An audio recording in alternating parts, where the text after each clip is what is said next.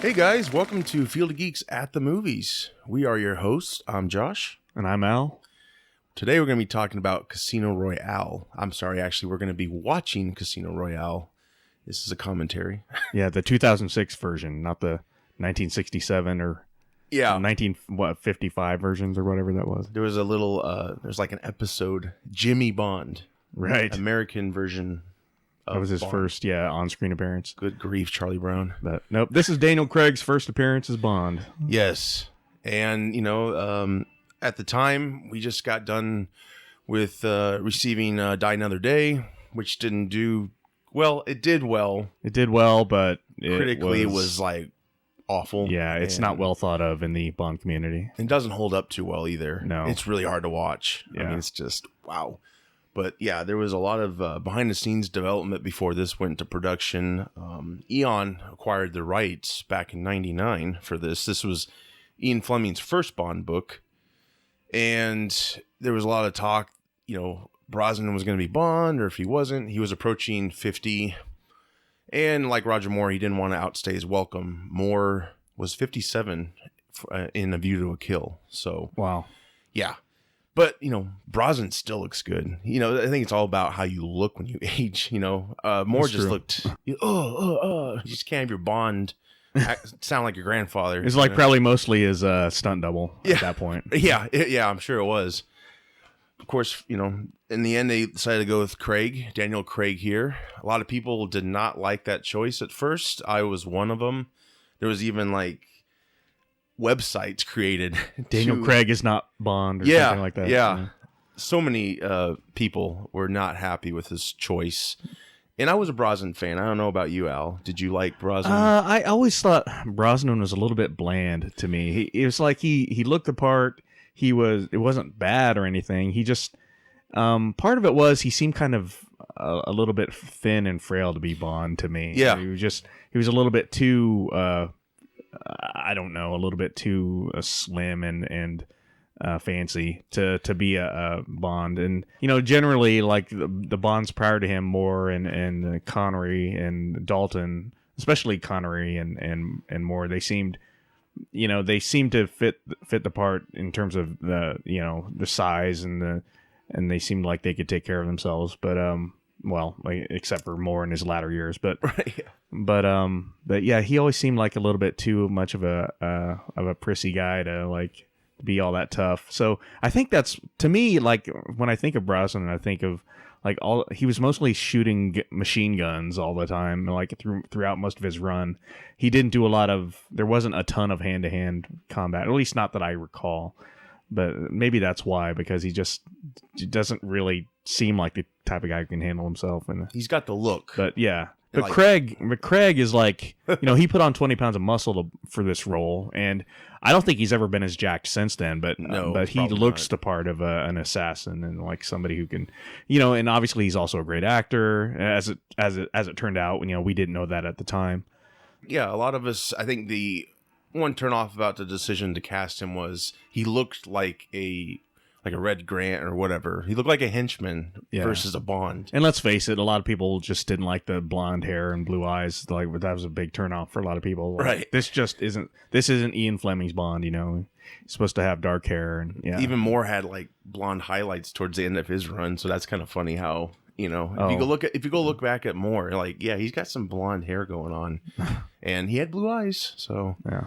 But yeah, this along with GoldenEye, which was Brosnan's first Bond movie, was directed by Martin Campbell. Right. Which he's done The Mask of Zorro. He did a little movie that didn't turn out too well, Green Lantern. He's done some stuff that great stuff. Yeah. He's done some real bad things, and he's done some. But in terms of Bond, he's directed two masterpieces, really, in terms of GoldenEye and Casino Royale, especially Casino Royale. It's probably, for some people, it's probably the best Bond movie of all time.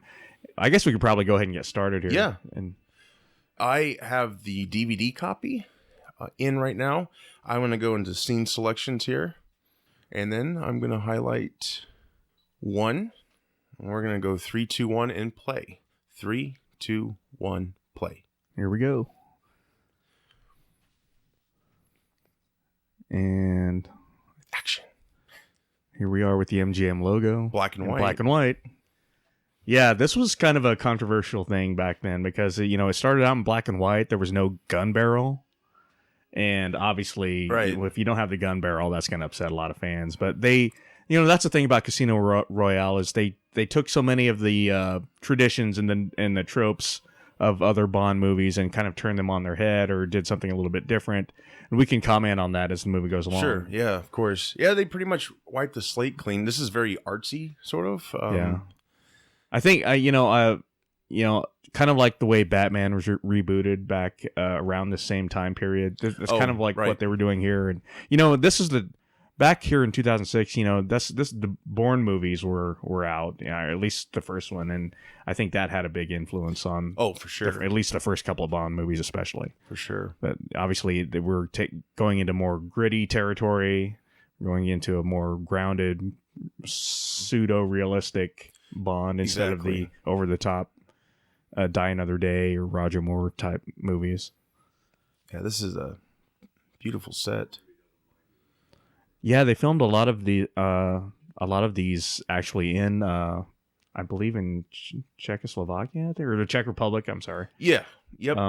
So, and I think the Czech Republic might have doubled for some of the other locations that were supposed to take place. I can't remember now. Was it supposed to be?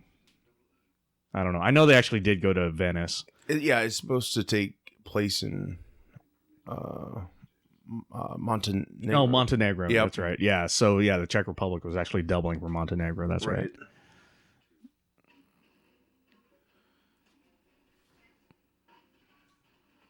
So here we are. He's fighting this henchman here in the bathroom.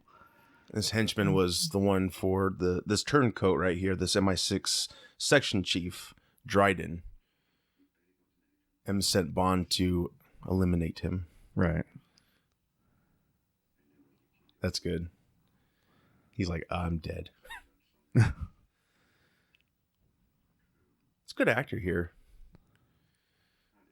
Oh, Dryden? Yeah. Don't get to see too much of him, but... Yeah, and I like how they, they kind of cross-cut between these... Yeah, this is like so scene gritty, and, it's just kind of raw, It's like just cameras moving around, opposed to they're sitting in an office, and it's got like a distortion to it, too, the image. Yeah, it's very grainy. And which is probably what it's trying to convey, like, this is a gruesome scene, we're going to make it look not so clean. Yeah. And this is, that look he gives after he's killed that guy, it's kind of a disturbed look on his face. Like we just never really see that kind of stuff in a Bond movie before. Right. And that happens again later on in the movie where you never see kind of an introspective Bond. So that guy, that henchman was his first kill. And Dryden was the second, which he just did. Which gives him his 00 status. Exactly. Right. And we kind of get the gun barrel. Yeah. Well, we do. Yeah. A different version of the gun barrel. Yes. Which very different. Which is one of the ways they mix things up by not putting it exactly at the beginning. I love this. I love the intro, but I like the musical intro. The song. You Know My Name. Yes. By Chris Cornell. Yeah, the recently late Chris Cornell. Deceased Chris Cornell, unfortunately. This is one of my favorite songs. Yeah, it was such an unusual choice back then because you just don't really think of kind of this rock alternative singer who wasn't who was like not at the height of his popularity either at the time. No. So it was a very unusual choice, but it turned out to be a brilliant one. Oh yeah. And it's one of the best Bond themes of all time. I'm sure. At least for me, it is. Oh, sure, yeah. It's different, but it's again, it's another one of those different choices they made to kind of do a rock version of the Bond theme. That's to kind of set things off in a unusual way, right? Mix things up instead of like, and obviously they didn't use the the silhouettes of the girls. Because this is Bond before he's really Bond. Right. So it made sense that they weren't going to use the all the girls with the guns. And the art from the original Casino Royale book was actually an inspiration for this art direction. Oh yeah, Daniel Kleinman is the guy that does has done a lot of the title sequences. I think almost all of them since GoldenEye, I believe. And I know, unfortunately, he didn't do Quantum Solace because the director had a different company in mind to do that. But this is a brilliant one. I mean, this is one of my favorites. Yeah, I mean, this and Skyfall. I mean, there's masterpieces. I like the one he did for Spectre as well. But yeah, he is so good at these. And the blood trail. I mean, it's very artsy. I love the I just like the figures. And I think Mad Men just came out at this time as well, and they kind of had this similar art direction on their show because it kind of emphasized the 60s. I don't know, it just has that throwback look to it. Yeah, and it's I really dig it. I think it's really good. And obviously thematically it fits because of the the cards. Yes, and the poker. Yeah, so this is cool too. Shooting the cards, 00, and then it turns into a computer screen. Status. Yeah, I also liked the choice they did where they had Vesper's face there. Yes. Yeah. Yep. It's really I think a lot of probably most of the opening art scenes, whatever, they reflect the whole movie. Yeah. So this is one of the coolest. I mean, this is a badass shot here of him walking towards the camera, staring into the camera there with Chris Cornell screaming. Yeah. I mean, that's just. It's like, yeah, this is going to be... it's awesome. Yeah. And I love this. This scene really puts you in the movie, I think. I like these scenes where you feel like this is actually on Pinewood, I think. They did all this in Pinewood. Oh, this Ugandan camp. They brought in all the dirt and everything. And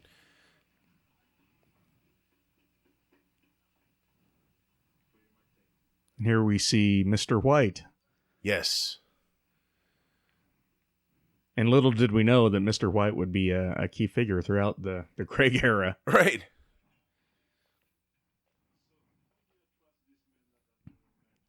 Not to mention Mr. White's daughter. That's right. Spoilers. Yeah, spoiler alert. What's been 2 years almost? Yeah, I just the rugged look of this. It just feels like this is not so manufactured. I guess you could say.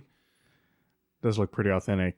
Yeah, and interestingly enough, here we see the main villain, Lashif, and it's unusual because a lot of times in the Bond movies you really don't see the main villain that soon. It's true. Yeah, traditionally you see him around an hour into the movie, something like that. Yeah, you'll see like a Mr. White leading it for a little bit, and then the true guy comes. Because usually through. It's usually a mystery. Bond has to put the pieces together, find the villain, and then he gets captured and he goes to the volcano hideout or something like that, and then he meets the main villain. But in this case, we meet him right away, which that's another unusual Bond move. There gets right to the point, pretty much. Yeah.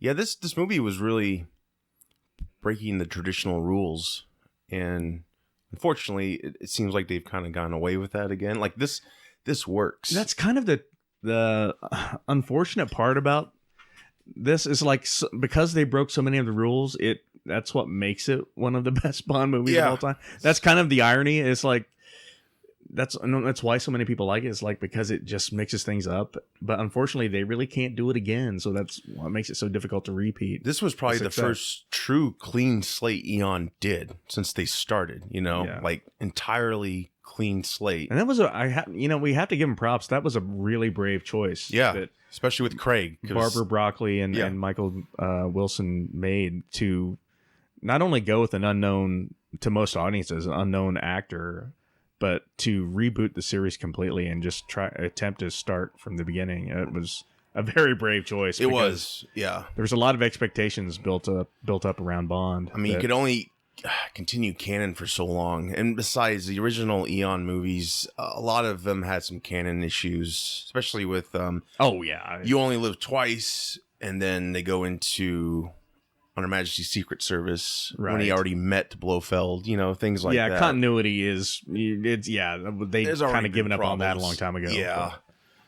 But yeah, I mean, and this is the era of reboots and remakes, and so it just made sense for Bond to do the same thing. Now, fortunately, they're not doing the Spider-Man thing that Sony does, where they reboot it like every 2 years or something. A little bit. I mean, pretty much every time they cast a new guy to play Bond, they are rebooting in a way, I guess you could say. Definitely with Craig. This is totally fresh. It's True, yeah. And he's so young. I mean, he just looks like, oh, shoot. Yeah, I think he was around 38 when this movie was made. So he's still, pretty youthful looking here. And you could tell he's aged a bit here in the following movies. Yes, which is... especially after Quantum, Yeah. enough time had passed to where he was then in his 40s, and so he was starting to get up there. Oh, yeah. I mean, Spectre, he didn't even run with that climax, sequence. Is like, come on, man. And he's getting out of that desert fortress Blofeld had. Right. I think we should probably comment on this parkour chase. This is one of the most famous scenes in Casino Royale. Because Bond, actually in the Bond movies, he's never really had that too many foot chases. No, it's usually in vehicles. So this is an unusual action sequence where Bond is chasing someone on foot, and it's obviously the parkour. The guy, believe his name is Sebastian Foucan. He played Malacca here, who I believe is the bomb maker. He created it, right? The whole art. Yeah, form. he was one of the founders of, or at least one of the main practitioners of parkour over there in England, and obviously he does some amazing stunts here. Oh, it's incredible. And Bond, clearly isn't quite the athlete that he is, but Bond has the ingenuity and the intellect to, and sometimes just the brute force to make his own way through all the obstacles. Well, I want to go back to that bulldozer scene. That is really reminiscent of the tank scene in GoldenEye, because it's the same director, like we said. It kind of has that surprise factor. You know how this bomb maker guy takes shelter, and then all of a sudden Craig bursts through. That's true. Yeah, that is kind of a Martin Campbell trope, is to which I love. Kind of bust through a wall or through a building. That scene was so fun, with they're in a car, and all of a sudden, boom. This really gets it makes you nervous while you watch it. Up on the scaffolding the first time. Yeah, these are some amazing stunts. I wonder how long it took them to film these stunts. Now, obviously, the actors and the stunt people were probably on wires. Yes, they were. But he did get up there with them, digitally removed. Yeah, but he really didn't have to. I mean, they could have done all that. Yeah, close-ups. That's. I'm glad you mentioned that, because Daniel Craig is somewhat known for saying that he wants people to see him doing as many of the stunts as possible. That's why he took the role so seriously. He wanted to get in the right shape. He wanted to do as many stunts as he could. He wanted to be as believable as possible as Bond, and obviously he's pulled it off amazingly. Oh yeah, and so you don't. There obviously there's a stuntman here and there, but it's pretty seamless. Oh, and this is great here, where he catches the gun and throws it back at him. Yeah, he broke a lot of rules. I mean, not only with the casting decision, but the way he plays Bond. He actually read all of Fleming's novels to get ready for this part, and I think Timothy Dalton did the same. Yeah, Dalton did as well. Yeah, and Dalton, ironically enough, Dalton was criticized for being the kind of the tough, gritty Bond. Yeah. He wanted to go back to that. But Craig is like, everyone loves that he's the tough, gritty Bond. Yeah. So I think it helps that the quality of movie is a little bit better. This, to me, in the story, is last time they attempted something more serious was License to Kill, and that really wasn't a good turnout. And I remember watching this thinking like, wow, this could go that way. But of course, in the end, they did it right. They did what they were trying to do back in '89, I think. Yeah, License to Kill. They were just kind of following, as Bond movies often do. They follow the trends, and obviously back in 1989, a lot of the popular movies were, Lethal Weapon and Die Hard, and they're around things like drugs and stuff like that. And I think Bond is kind of following in that vein. So to a little bit of its detriment. Well, and it's just the seriousness factor. I mean, that movie is pretty gruesome, brutal in some spots. Yeah, this true. One's kind of similar, but you care about the characters. I mean, you don't just have somebody just jumping into bed with Bond on a boat like right after she meets him. It's you care about the characters, and that's the big difference between this movie and so many of the others. He's such a brute force. Like the guy jumps over a drywall, and Bond just goes through the drywall. This is a cool scene. They slow it down a little bit. Where they're jumping in unison. Yeah, from Bond. Yeah, that's a great angle. And of course, I'm sure that I don't know if we mentioned this already, but the inspiration is probably there's some Bourne inspiration with this movie. Oh, right, but not with the camera anyway, with the shaky cam. Well, that was for the next one. Yes, in Quantum. Yeah, unfortunately, that's another part where they're following trends. And I mean, I'm just doing this off memory, but I think the guy who directed Quantum might have directed music videos before, and usually that's not a good idea. Well, they used, for not to get too far off topic, but for Quantum they used a lot of the Bourne crew actually. Did they? I think, and they tried to mimic the editing style and the camera work, and it just, it was a hot mess. I mean, I personally don't like the way the Bourne movies are shot, so I it didn't work for me at all. I get that. But this, it's such a pro job. The cinematography, the editing, it's so well edited. I mean, it's just action, and he just goes in there. He's like, I don't care. I'm getting this guy. Yeah, I think I'm not sure if it was this scene, but I know Daniel Craig lost a couple teeth. Really? Very early on in filming, and he had to go get the teeth replaced by a dentist. No idea. Yeah, that's how.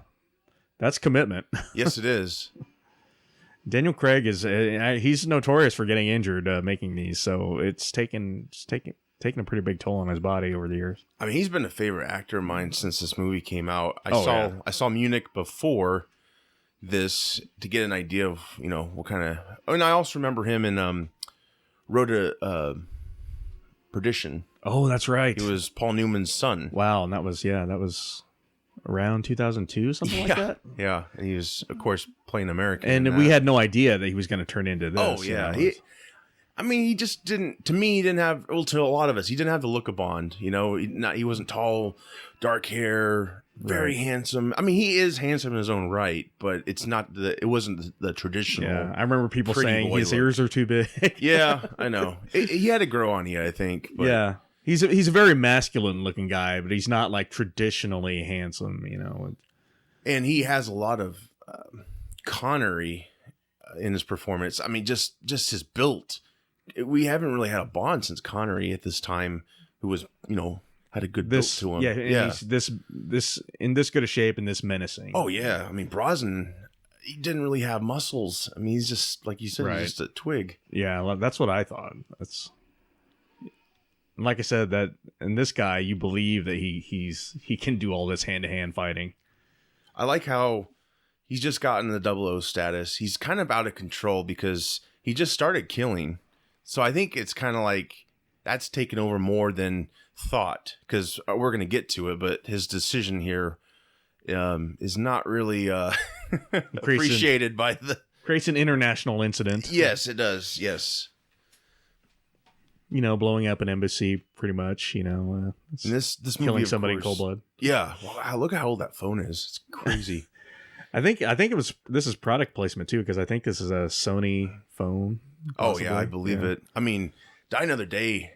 That was one of its complaints. It had so much product placement. This is, I mean, it still has some product placement, obviously, but it's obviously not Sony's involved, so they probably want to show off their Sony phones, but.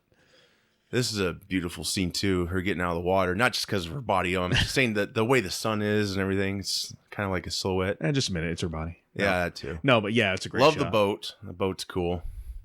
This is an actress I've seen before. Probably a model. Yeah, it's always it's really cool that like all of the almost, or at least most of the villains in this movie have something going on with their eyes. Like she has, through most of her scenes, she has hair covering up one of her eyes. Oh, right. Mads Mikkelsen's character Lashif, he has an eye issue. The guy at the end with the eye the eye patch. You're right. It's like, I didn't even think about the eye patch guy. Now, Demetrios, who we're going to meet here in a little bit, that the Greek guy or whatever, I don't think he had an eye issue. No, but it's kind of interesting. I think Lashif's henchman might have something. I don't know, but anyway, it's somewhat an interesting choice. That's a popular thing for a Bond villain though, to have some kind of disability. Right.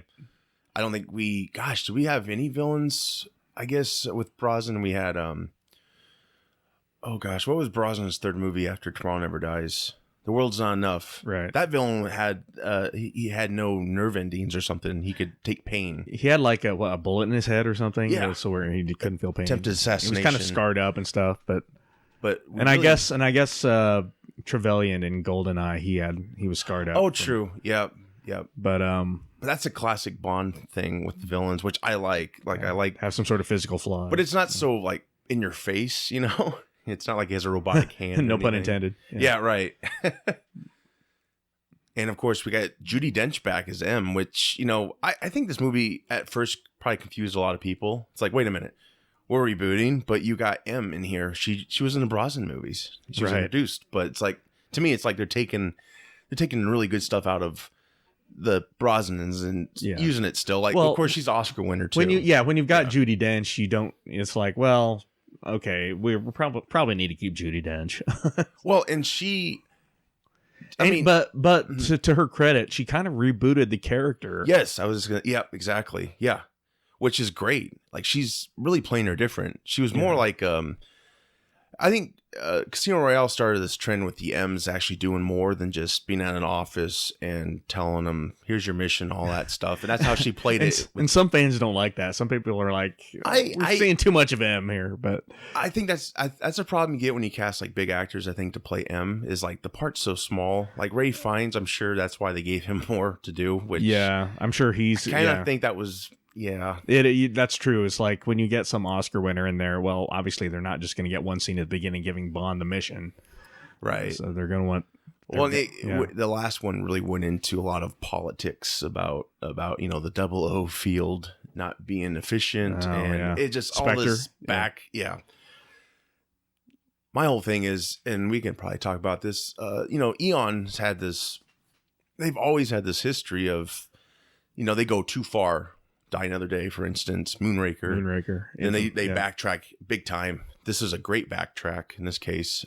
Actually, Moore's For Your Eyes Only was a great backtrack, aside from the disco music they used. But and it makes you wonder, like, why can't they just keep it? Yeah, well, like what you were just telling me about Quantum, the follow-up. Why couldn't they just mimic what they had with this movie? What's the problem? I mean, it's easy for us to say, I'm sure, but it just seems like... Yeah, and maybe they wanted more money, the people involved with this, to have him come back. Maybe that was another thing. I don't know. But to me, it's like, you got a good formula here. Keep using that formula. I like the costume design in this movie, too, which I think don't you know who that is? Lindy Hemming. Yes. Yeah, who... you and I just watched Wonder Woman together not that long ago, and Lindy Hemming did the costumes for that movie, and it's just brilliant. Yes. Brilliant costumes. And obviously the Bond clothing is through the Craig era has been extremely popular with fans. Just because through each movie, I think they've had different clothing people, styles and all that. Stylists working on the movie, but the Daniel Craig obviously has the build for really nice clothes, so they put him in a lot of awesome stuff. And Craig himself has had a lot to do with that. He himself, I think in an interview he mentioned his grandfather was a master tailor. Really? So he's already got kind of an eye for fashion. So he's got a good eye. I think he also does it so he can take the stuff too. I think that's what he does. Well, yeah, I'm sure he gets some freebies. Have some of it. But now that he's making this Bond money, I'm sure he's got plenty of money to buy his own stuff.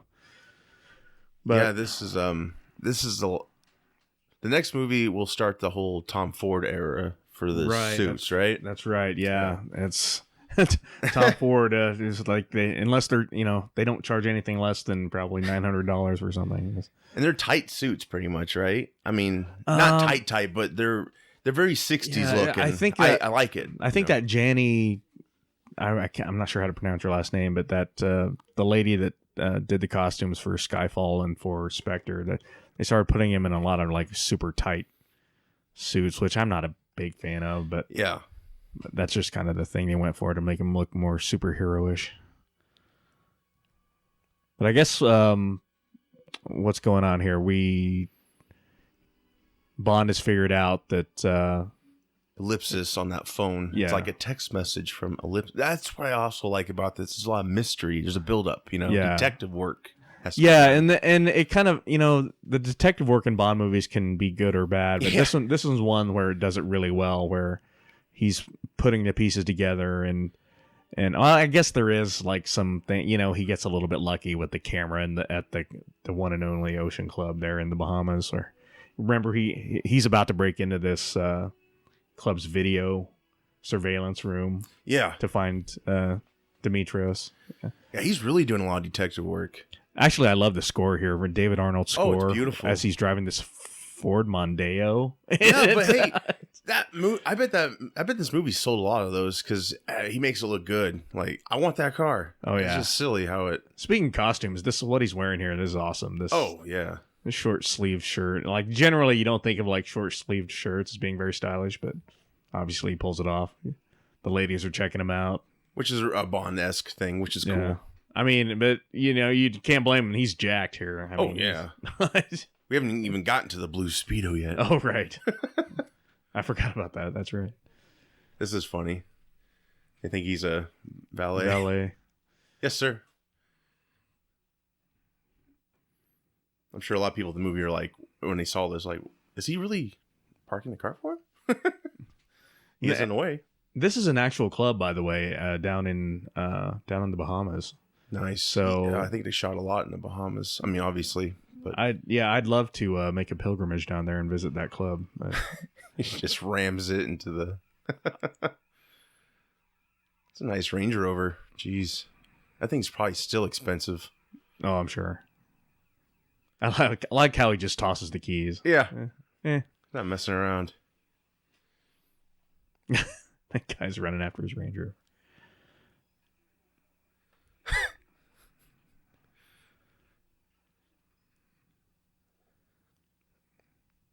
A little bit convenient that he finds the video room right away.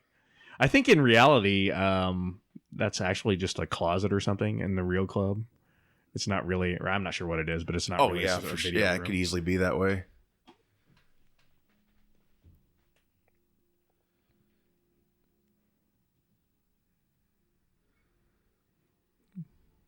More product placement with the phone. Yeah, it's a nicer phone.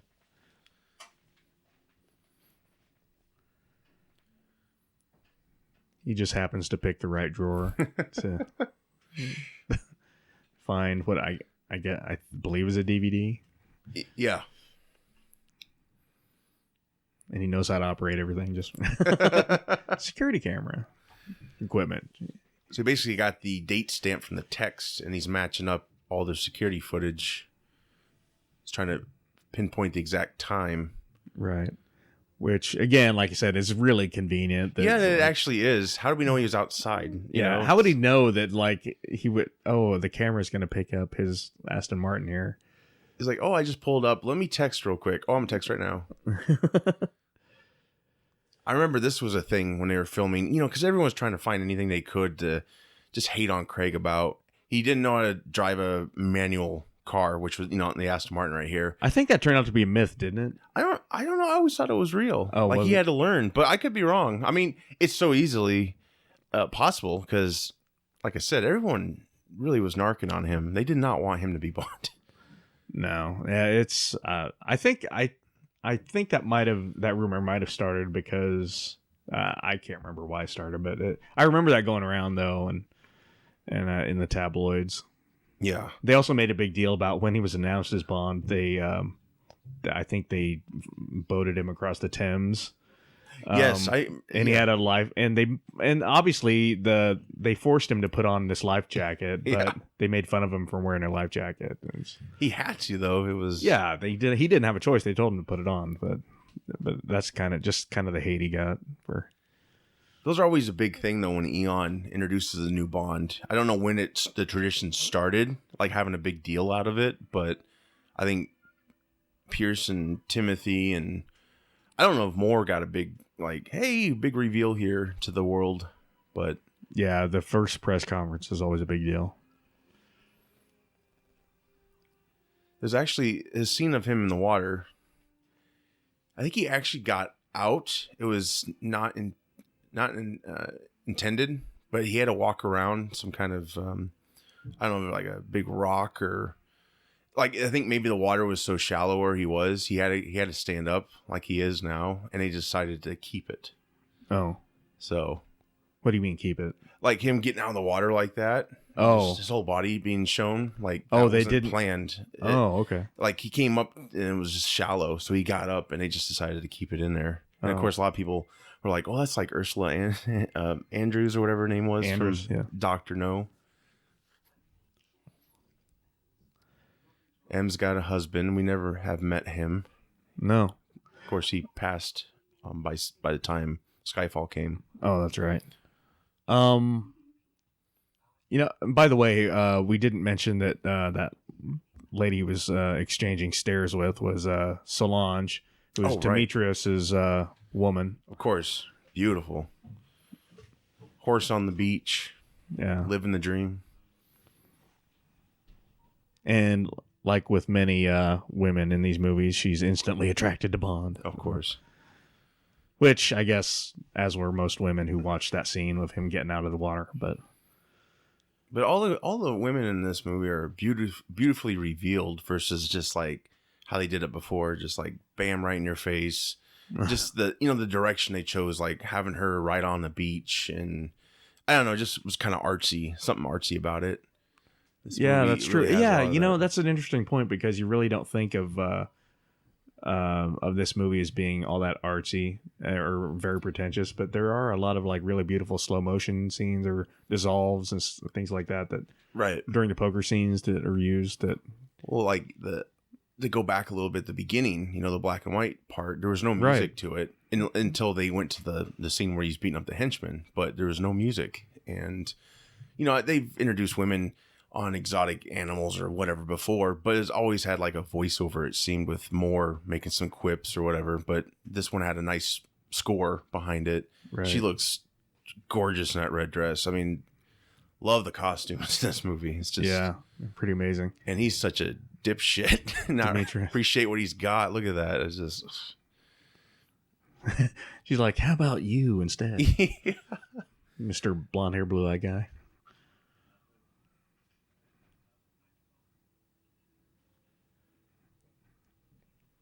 And this is where Bond wins Demetrius's Aston Martin DB5. Which I don't know how that was received. I think that was kind of rumored before the movie came out. I thought it was interesting. Well, I think they wanted to just make an homage by putting that old Aston Martin in there, but they found an interesting way to do it. Instead of it being Bond's car, it was the bad guys. Right. And then obviously Bond eventually got to get the car, but didn't drive it all that much. No. Actually, was it even in Quantum? It wasn't, I don't think. No. Skyfall and Spectre, it came back. Right.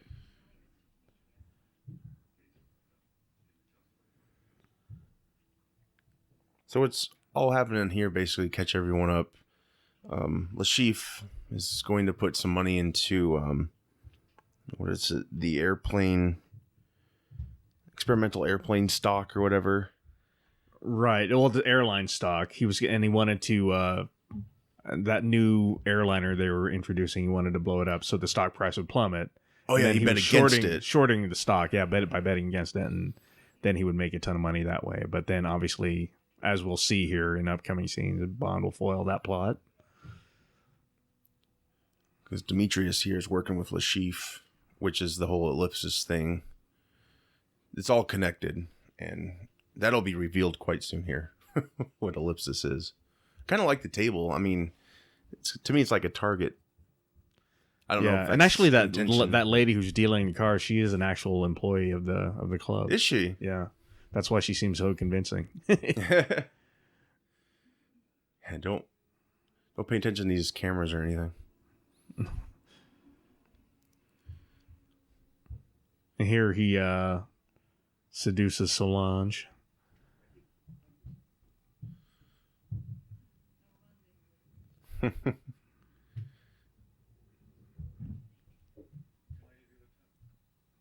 Pretty dress, jeez.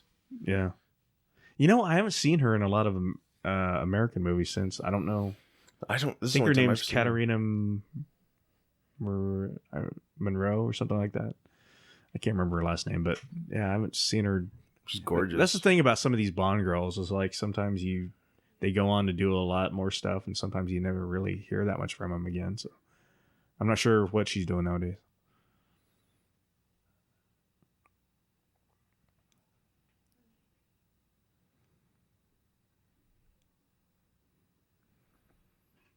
This is neat what he does here.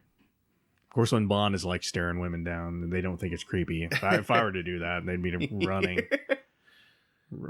the other way. Maybe not. You got to win one of those cars first, and it happens to be their. Yeah, the car probably doesn't hurt. Yeah. This was cool. He just drove around because he's staying there, obviously. Yeah, a little bit lighthearted, which I guess. You know what? That's not really. That's almost something you'd expect from a Roger Moore era movie. Brosnan, maybe. I think they're doing a great balance here with the humor and seriousness. Yeah, the humor is subtle, but it's not like the over the top double take pigeon stuff. It's corny. Yeah, I mean I think Craig does a great job with humor in this movie versus the follow-ups. It seems like it's kind of a stretch for him. He's kind of forced. This one seems a lot more laid back and casual, like how he would really. Yeah, I kind of like the more humorless badass Craig. Do you? In my opinion, yeah, I don't like it when he's trying to do more of a Spectre, Roger Moore kind of. Oh yeah, I guess kind of a style, but.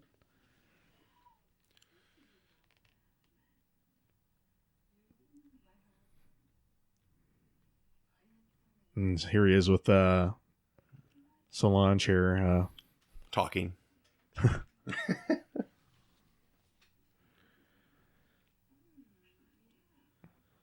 This is another trend in the Daniel Craig movies where he's having conversations with women as he's tonguing them down. Yeah, tonguing them down. That's fun. Pumping them for information as Tomorrow Never Dies.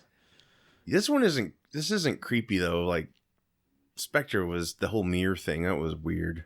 Yeah, yeah, that was a little Just bit. Like gnawing on her lip. Yeah, I'm like, oh, what are you doing? When Bond's making out with a woman, you never really want to be like, ugh. And then and this is another thing they did a little bit differently than they would in the Moore days or the Brosnan days. Instead of just finishing the job with the woman, and then he just takes off and leaves her because that's he's totally on a mission. different. He did that again in Spectre at the beginning of the movie in Mexico City here. Oh, I think you're right. Yep. Yeah. So, because he just took off and walked on the roof. Yeah. So he business is more important to him than pleasure at times. I'll be back in a minute. But then again, he balances that out by just walking in naked into the shower and then Skyfall and yeah. So and not being kicked out. He likes to pick his spots. Yeah.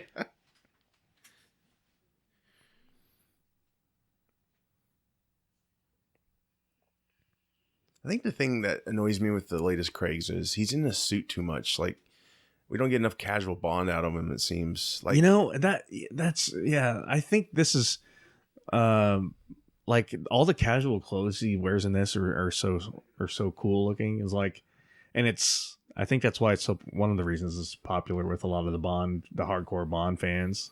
It's like, some of the clothing he wears is like, I think it's Sunspell, and it's a lot of clothing that you could just kind of get and not pay too much money for. But Tom Ford is like, that's a lot out of a lot of people's price range. Yeah, just like there's some wardrobe choices. I am like really like the assassination attempt he does at the beginning of Spectre, walks out in the balcony with a full suit on. I'm like, we don't really need you in a full suit to do this. Yeah. Especially when you were just in something else. Yeah, they're trying to return it to a more traditional Bond, always, in a suit. Yeah. And then even some of the more casual stuff he wore was like too fancy. Like he was wearing like suede jackets and that puffy Tom Ford thing there in the snow up in during that plane. Oh, in the Alps. Yeah, in the Alps, with Madeline. Yeah, so it was just, it got a little bit too fashionista. So yeah, with Solange, he basically ordered champagne, and they're like for two or whatever. He goes, no, for one, and he speeds off. It's funny how he takes Demetrius's car to go get Demetrius. Yeah, and they're at this Body World exhibit. This was really, it's still freaky to see, but this is an actual exhibit that I think it's some German artist made it. Yeah, there's a good promotion for that. Oh yeah, exhibit. He's actually got a cameo somewhere in here. Oh, does he? Yeah. I know there's a Richard Branson cameo. Yes. Later on in the airport. So Bond, I think, is still learning the ropes of being a, 00. He got the bad guy got the upper hand here, snuck up on him behind, but they got this little knife exchange. It's intense. Look over there. Bond's really good at stabbing people, like really nonchalantly in these movies. Like in Quantum, he like stabs that guy's leg, and he just kind of casually is looking around, letting him bleed out. Oh, right, yeah. Yeah, his first two movies conveyed remorse almost when he killed somebody. Like just his look. At times, yeah. Like, especially in an upcoming scene, yeah, where sometimes it's remorse and sometimes it's just a very casual looking around, seeing if anybody else is... It's probably an acting choice, like, hey, he's just now started killing people. That's what it seems anyway. Yeah, and like I mentioned earlier, it's the old Bond movies. You just wouldn't get that kind of after second thought. Yeah, just... after the deed is done, you don't really get to look at it. Bond just doesn't care. In a lot of the other movies, it's just very nonchalant and cold about it. So the whole thing was Demetrius or Lashif hired Demetrius to set up someone to set a bomb off at this airplane. At the hangar. Yeah. Yes. And, of course, the first bomb maker was killed by Bond. And this is the replacement. Right. Who took the poker chip. There's Richard Branson right there. He's getting... They just showed him. It was running quick. That wand over. Yep. He had no pants on. It was weird. No. Look at it.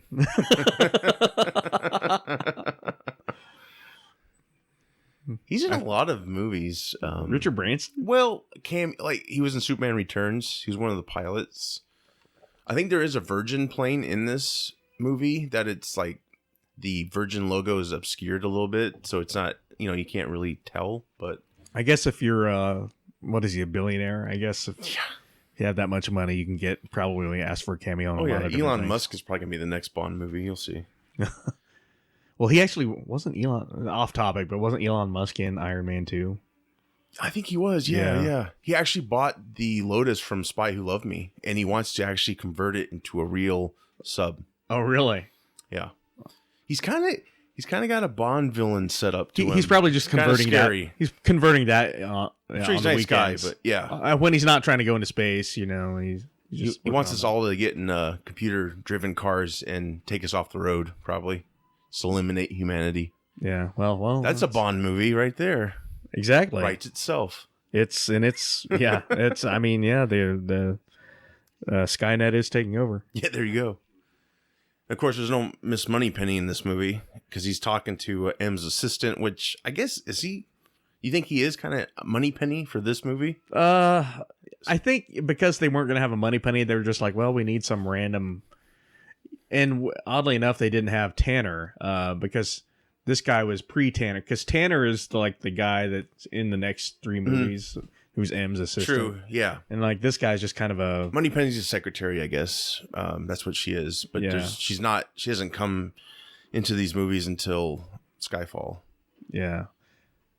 Nice and oddly, interestingly enough, they make some sort of weird Moneypenny reference when Vesper first introduces herself. She says, "I'm the money," and he says every penny of it. Oh, I didn't even. Wow, that's great. I think it's just supposed to be kind of an inside jokey reference, but yeah, not really saying that she's Moneypenny, but it just. I like how he was on the phone with M's assistant, and he was like, "I need to talk to her now." He's like, "Oh, you just have to."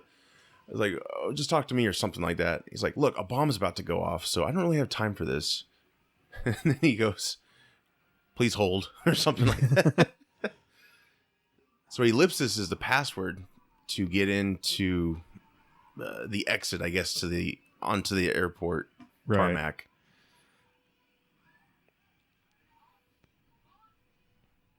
He's still got the guy on the phone. Oh, M's now, of course, yeah. And actually, I think M's office might be the same office from the Brosnan era. Oh, it really? Looks like it to me, anyway. Well, they had so many different settings in the Brosnan era. I can't remember now, but yeah, of course, we're now back to the traditional setting in the last two Craig movies. We got there again, which I miss that office. I thought it was really the double quilted door and right, a lot of wood paneling or not paneling, the leather chair. Yeah.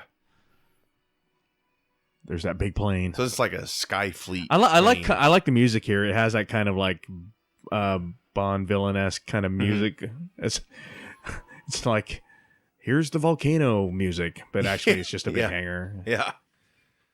This is a great scene too. All this airport stuff. I mean, there's just so much action. You just wouldn't get. This action scene. Or there's a series of scenes here at the airport is just a classic. I mean, it's insane how it's some of the best action scenes in the entire Bond franchise. So his plan, I guess, is to drive this gas truck into the airplane, and it's got a bomb he can detonate off his cell phone. Yep.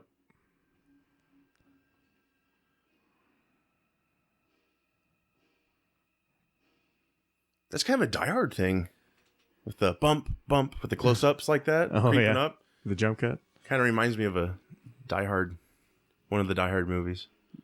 Yeah. This is neat, though, this whole build-up. It's like, is the plane going to get destroyed or not? Lashif, he needs the money, so if this doesn't get destroyed...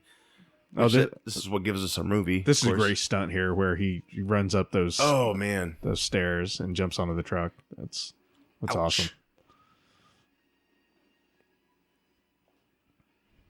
This is very Raiders of the Lost Ark. You're right, yeah. I definitely see that.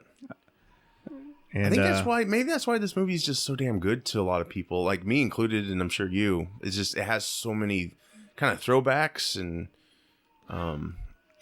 well, it had really amazing action scenes. Oh, of course. I mean, the standouts are obviously like on the scaffolding at the beginning with the parkour, and here at the airport, and at the end of the movie with the building falling down, which is really unique and right, something we've never quite seen before in a Bond movie. But I mean, it's just a breath of fresh air because our last Bond was Die Another Day, which was very CGI, right?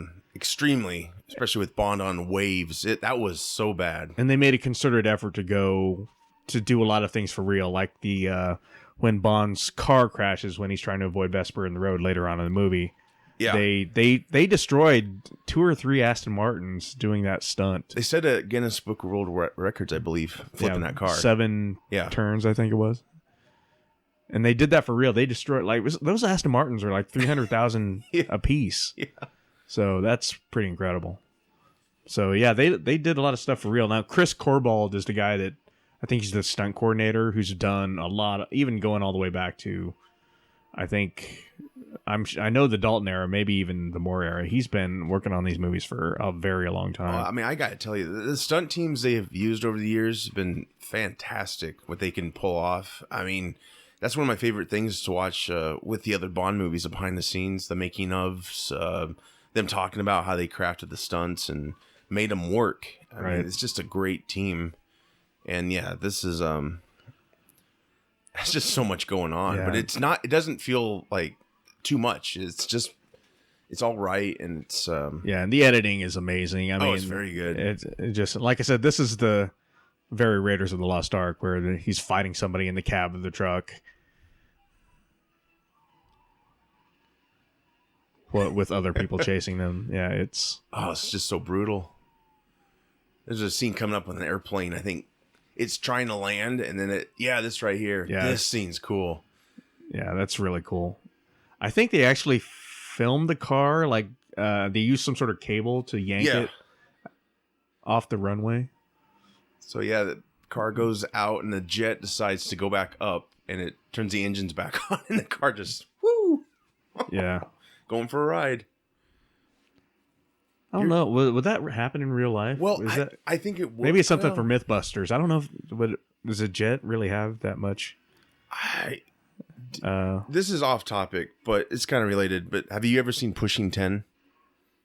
It was John Cusack, Billy Bob Thornton. Did, yeah. They were airline traffic controllers, and that's one of the things they would do is they would stand underneath the airplane. Yeah. And they would just fly. Wow, I'd forgotten about that movie. That just reminded me of that movie. Yeah. But anyway, I didn't know it would do a whole car, though. Maybe not. I don't know. Which is probably why they put it on a cable. But I guess I like to think it's real. Well, it takes a lot of power to get true. That big plane up in the air. So it probably is right.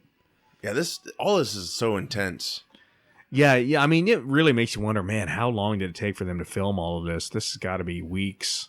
Oh, weeks and weeks. Just all the logistics. I mean, got all the crowds. You got the plane. You got somebody's got to wet the pavement to film at night because they always have to have wet cement to film at night. It's one of those movie things that they do just because wet pavement looks better on film. It does. Just barely. Just right. He's just like, huh? And he's bloodied up, too. That's a new thing for Bond, I think. They don't usually get that. I don't think Brosnan ever really got bloodied up too much, Like, you can tell Craig's been through shit, It's just... It's pretty incredible, like, through how much of this movie he spends bloodied up or getting bloodied up or beaten up or poisoned. Yeah. It's like I don't think anyone could actually survive this. Probably not.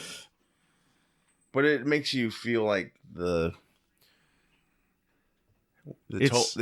definitely takes a toll. Yeah, physically, because they're brutal. Because the other ones, like they'll punch each other out, and there's like no blood. It's just gone are the days of like the simple judo chop. People like the realistic, and this is a cool scene. So the henchman here, Bond strapped the bomb to his belt. He gives this really evil grin here. Yeah. I always thought that looked kind of creepy. He's kind of out of control in this movie, but it suits where he's at, like he just became a 00, so he's kind of balancing the killing thing. That probably was his first kill he enjoyed just because it was such a, he took him on. And, he went through hell just right. So I think that's probably why you get the smile. It's like, and for what the guy was trying to do, like, oh yeah, I stopped you. So they brought Bond back to the resort, country club, whatever. With this is pretty brutal. With M's male secretary here. Yes. He's like office assistant. Yeah, this is pretty brutal. Kind of like, Goldfinger. I mean, a lot of Bond girls suffer these horrific deaths, but man, it's a damn shame. And Bond is thinking, I never got to shag her. Yeah. Like, what's wrong with you, man? Maybe that's why he shags everybody. He's like, I'll never. I'm never gonna let one go again.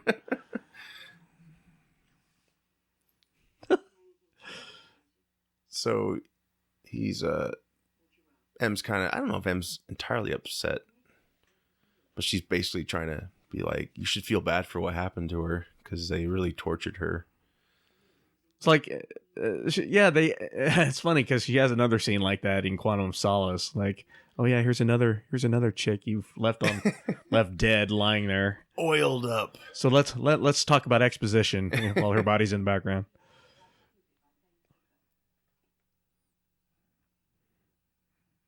They're basically giving him a tracking device. Yeah. And this is another interesting thing. Is like they have a Q here, but who's not really Q. Right. Yep. And again, Skyfall introduces the characters we come to know over the years. That was kind of neat on Craig's part when he got shot with that. He goes, "Ow." Yeah, they kind of have this weird like pseudoscience tracking thing here. Maybe it's a private company. Maybe he's not Q Branch. I don't know. Well, I guess he should be Q Branch. They do everything else. Of course, again, they're trying to backtrack off of Die Another Day, and they're really starting over again. And so they don't really want to get into all the gadgets and all that. But this is a realistic gadget, I guess you could say. It's not an invisible car. So yeah. I guess that's another complaint some of the naysayers have about the Craig era is they've kind of gotten away from the gadgets.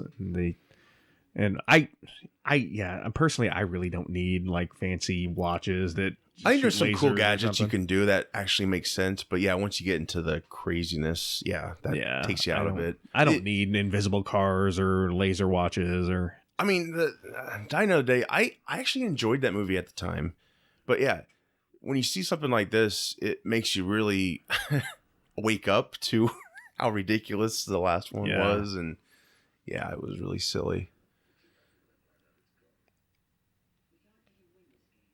So Lashif basically, he's screwed now because he took that African warlord's money and bet it against this airplane, and it turned out that the airplane is still around, and now he owes the wrong people a lot of money. Yes, so he's setting up a game, Casino Royale. Yeah, to cover his losses. Montenegro. Pay him back. The interesting thing here about Lashif is he's really not a major player. No, there's a lot of. He's kind of a middleman, really. Yeah. In the big scheme of things, he's not like the typical Bond villain where, he has this huge overarching plan. He's just kind of a low life on the rung of bad guys anyway. Yeah, he's basically just a banker for Quantum, I guess we could say. This is the organization behind all the evil doing. Right. Of course, it's really a Spectre. And Quantum is kind of as we'll find out later, is kind of a branch of Spectre.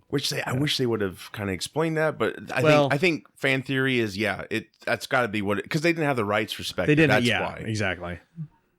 Baby steps. I mean, they got the Casino Royale rights, but they couldn't get the. Yeah.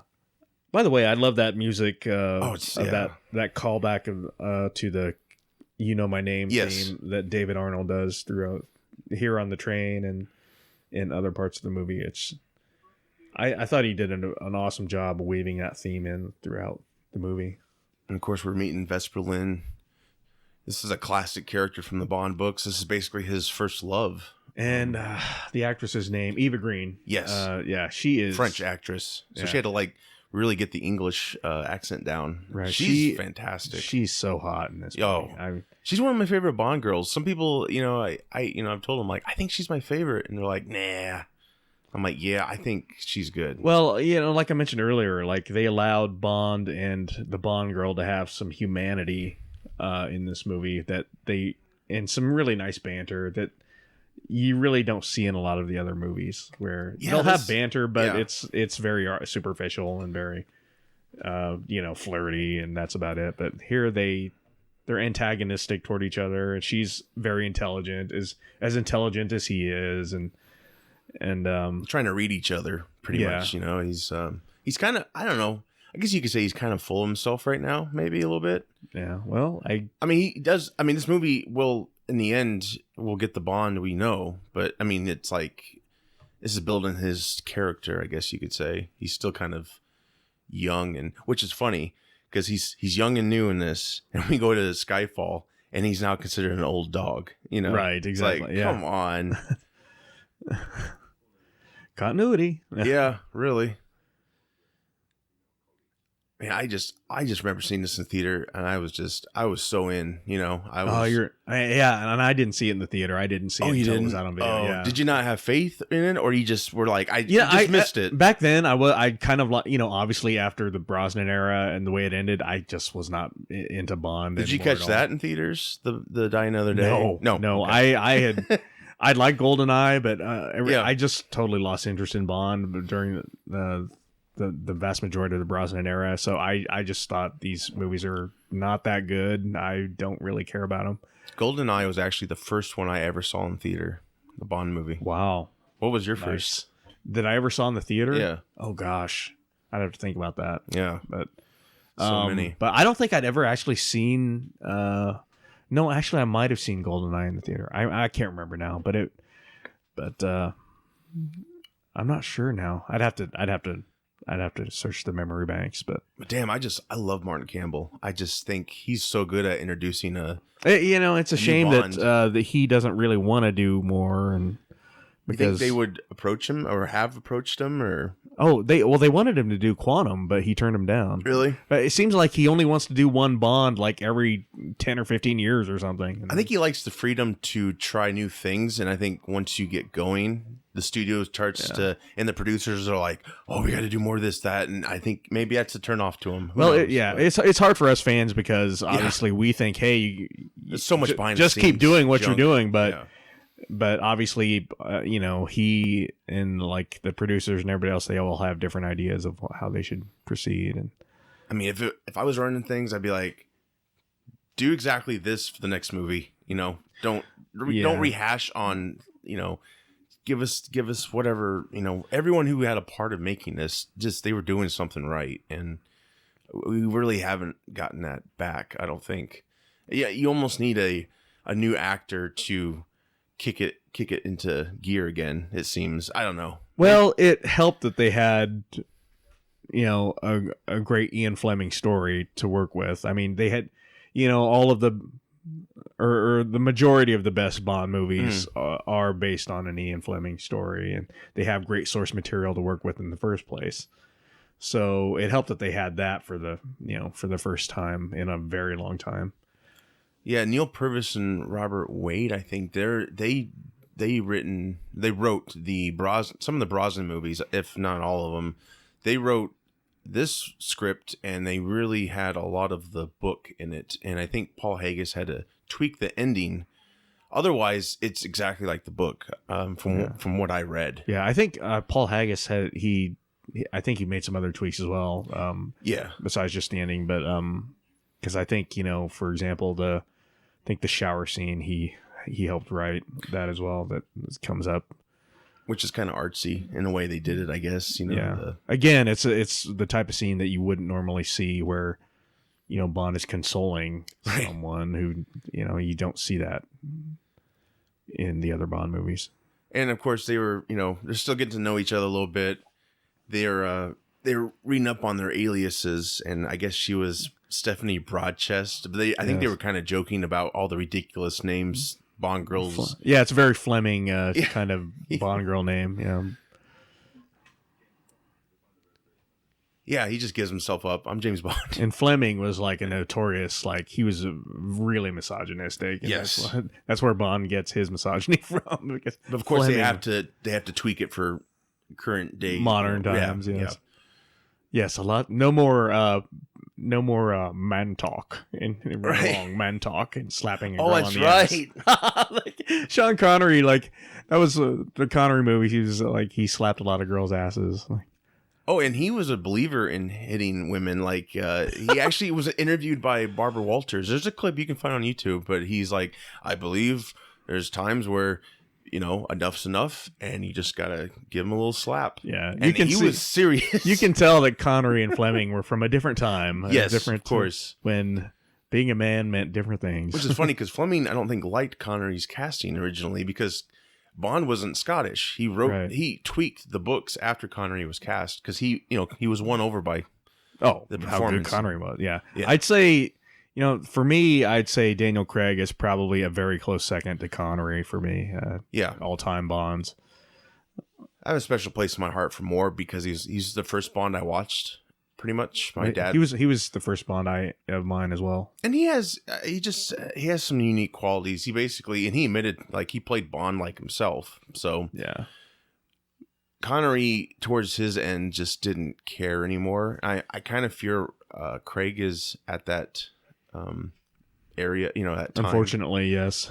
I mean, age, I think also. I'm sure he gets paid a lot better than Connery did because that was basically Connery's problem. He didn't get paid, which I agree with. Well, from what I've read, what Craig doesn't like is that these movies take an entire year out of his life to make. Right, and he's away from his family in New York, and it's he does theater. He does theater when he can. So I think several things he'd love to do. And obviously, like any other actor, he doesn't want to be just Bond. He wants to do other things, I think he's pulled it off pretty well. I mean, Girl with the Dragon Tattoo he made. I think maybe was that before Skyfall or after? But I think it might have been after Skyfall. And he's got a new movie coming out where he's like this Southern dude. Was the movie like Logan Lucky or? Yeah. So and he puts on an American accent. Doesn't he? Southern. I think it's Southern accent. Yeah, he's just crazy hillbilly guy in the movie. He sounds nothing like Daniel Craig. Is like, whoa. But he's jacked. It looks like he's jacked again for the part, and he bleached his hair and his eyebrows and all that. Yeah, it's almost like he. For that movie, he's trying to get away from his Bond persona as much as humanly possible. Well, and right now we don't know if he's coming back or not. I mean, it really reminds me of the time after Die Another Day. Like, is Brosnan gonna be back? Is he not? Of course, it was different situation. Brosnan wanted to continue, and actually Tarantino wanted to make Casino Royale, and he wanted to put it in the 60s, and he also wanted Brosnan still. What he was going to do, I think, was he's going to have Brosnan in present day get captured or something, and then they go back, into the past. I'm glad we never got a Tarantino Bond movie. I think it would have just been too idiosyncratic. Eon wouldn't have done it. They just no. It just would have probably really, and not that it would have really messed with the formula. It was I think I get it. It was a nice attempt to keep Brosnan around and give you that 60s look that a lot of people, had fun with at the time. But it's just still worked out. Oh yeah, I'll take this every day of the week. What we got. This just had everything right. It had everything in place that was just perfect. I really don't have a problem with this whole movie. I mean, there's probably I'm sure there's plot holes or convenient scenes, about the security cam. But you can forgive them because everything else is done. It's minor. Well. Not every movie's perfect, and right. This is neat though because this is like his first tailored suit, and he's got a problem with it. There are dinner jackets, and then there are dinner jackets. It's tailored. They just have such a good rapport, It's it was just... I like that little smile that kind of clever smile she has after he leaves frustrated. This is probably the first time he's wearing a tuxedo. Yeah, this is like Batman putting on the suit for the first time. Pretty much. That's kind of his and obviously Bond has probably worn a tux before, but like not. She kind of sees who he's going to become. I don't know. I think there's a lot of deep meaning in a lot of these. Yeah, and this, in a way, it's kind of fan service. It's like, here's Bond in the tux for one of his first times as a 00. Gosh, I just wish we could get Craig back like this. I don't know. He just seems like he gives a damn more. And he's obviously the young Daniel Craig. Yeah. I always thought his hairstyle here was always the best out of all the movies. Yeah, I agree. It's just right. It's kind of a minor thing, but it's like. And again, when he was cast, and they had that photo taken of him with the silencer. He had slicked back hair. It was blonde hair, and people had a problem with that. But this is like the first Bond since, I don't know, maybe more, that his hair's not slicked back. It's short and spiky. And Yeah, I think they wanted to give him that kind of military. I like it though. SAS Yeah, kind it of works. look. Yeah, it or works for SIS, him yeah. because before that was all slicked back hair. This is Jeffrey Right. as Felix Leiter. Right. Yeah. One of many Leiter. Felix Leiters through the years. But he's the first to. No, he's not the first. I take that back. It's funny. Felix Leiter, throughout the whole Eon run, has been played by different actors, like every movie, except for the guy who played, I think it's David Etchison, maybe? I don't know. Something like that. Yeah. Addison or Etchison. Yeah. Yeah, he played Felix in Live and Let Die and License to Kill. Right. Yeah. But he's the only one that's reprised the role, and Jeffrey Wright's the same. He's done it twice, which is kind of unfortunate. I wish we could get him back. They never really seem to. I guess Felix has never really been used too much. If you look back, there's really not. It doesn't really seem he saves the day or anything. He's just just always just kind of been. Oh, here's the American CIA guy. Yeah, he's basically like, yeah, this is the American that couldn't get the job done. Yeah, he's Bond's friend. Poor guy. I guess he was kind of cool in Doctor No. What was? Oh right, yeah. The guy from Hawaii 5-0. Yes, what's his name? Yeah, he had some cat glasses in that. It was kind of distracting. Oh, what's that guy's name? I should look it up. I have to look it up, but he was actually cool in that, but he didn't have much of a role. But they did not care about any continuity. Felix was young man. He was an old man. He was a heavy guy. He was a young man again. I mean, they didn't care. They weren't trying to make him look like the last Felix. Yeah, it's kind of weird how Goldfinger, he was gray-haired, short. I mean, it's just like, you don't even care about this character, do you? Felix. I hope we get right back. I guess that would be another problem if... if they give him anything to do, he came back for Quantum, but he was just window dressing, really. And he would have been an inspector. They brought his name up at least. Yeah. So I guess we could talk about the game they're playing. It's supposed to be Baccarat in the book, right? And this was a big deal. A lot of people, I mean, they're just trying to find things to shit on about this movie, and this was one of them. They were playing Texas Hold'em instead of a classic game, I guess. And you and I were talking earlier, like Texas Hold'em was, especially around this time period, was like very popular on ESPN and other shows like that. And like Celebrity Poker, right, and things like that. Yeah. And so it just made sense for them to change it to this because Baccarat is not. Baccarat is very. It doesn't take a lot of skill to play Baccarat. Maybe some people dispute that, but there's a lot of luck involved in Baccarat, and this takes genuine skill, and so it would make sense that someone like Bond would try to match wits playing poker against somebody like Lashif. It just made it more dramatic. Yeah, that makes sense. And again, she looks great in her dress. Yeah, she's amazing. I mean, she's costumes are beautiful in this movie. Yeah, Eva Green, she's been in some other movies, but she's never been as memorable as this role. She's the best thing about Sin City: A Dame to Kill For. I don't know if you ever see that movie, but man, I haven't. She was also in that 300 sequel. I never did see that. Yeah, she's been in like a movie with Johnny Depp. I can't think of the name of it. Yeah. It was a Tim Burton movie. Yeah, they're vampires or something. She's never had anything that that has really matched the level of this, though. I think she's a composer as well in real life. Like she's like really? A multi-talented person. Wow. Yeah, she is a composer or an artist or something. I've heard. Wow, that's interesting. Kind of Renaissance type of person. Not just a pretty face. Yeah, exactly. And this Mathis guy, who is the contact, I guess. Oh, Giancarlo Giannini, or I'm not sure how to pronounce his name. It's better than what I got. I remember him. Before this, I remember him most from Hannibal, that movie. Yes, Hannibal. Yeah, he got like strung up by him, right? Drained or something. Yeah, I think he looked a lot younger, but of course, there's not too much time difference. A few years. He just looks like an old man in this. Yeah, he He's kind of a young, or not young, but he's a vibrant detective in Hannibal, and it's just probably the gray hair.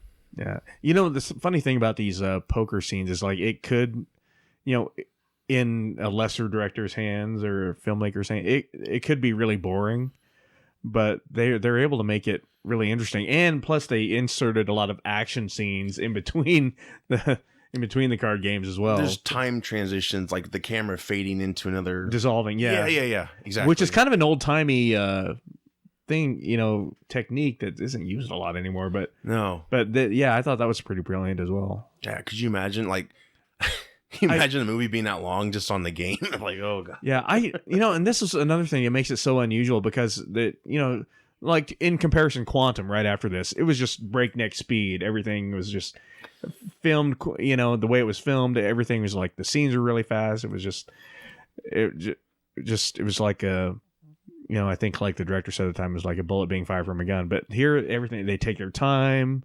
Even towards the end of the movie, where, you know, they have all those lovey-dovey scenes, it wasn't afraid to take its time and be leisurely and just enjoy the scenery. I agree, because you don't want to rush romance. I think that's what Spectre failed to do. Is, you know, well, that's what most of the Bond movies fail to do. You're right. Like, yeah, you know, she just jumps right into bed with Bond. Or Spectre, they're like, I'm in love with her and she's in love with me. Like, you just met 2 days ago, and she hated your guts for the longest time. Yeah, it's just you flew an airplane down, got her rescued, and she still walked away from you. This is one of those things that they say, why can't they do this every time? Where they, you know, like on Her Majesty Secret Service or this movie, why can't they have like more of a genuine love story instead of, no, obviously the excuse would be, well, that's not really Bond, because Bond just uses them and dumps them or watches them die or whatever. But on Her Majesty's Secret Service is another great Bond movie. I can't stress it enough. You need to check that one out. Whoever's listening, you know, it's it's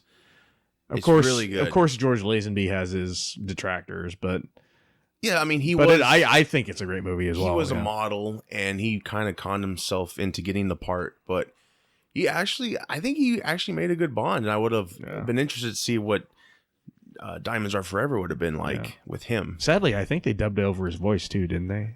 When he's in the Alps and he's trying to be that genealogist guy, yeah, they dubbed him. Oh, then. Okay. I know that, but only for that. I think so. Okay, but I think they did a lot of ADR back then. Even if it was the actor still doing it, I don't know. Maybe it was just so damn noisy when they shot. But I get what you're saying. This is kind of at first you're not sure what's going on. Lashif's girlfriend's out on the balcony, and it's like, and then we meet our where's my money? African buddies from the beginning of the movie. This is actually an intense scene. I mean, it even gets worse as it goes along. Yeah, it's like, how'd you guys get that machete up into the room? You don't want to know.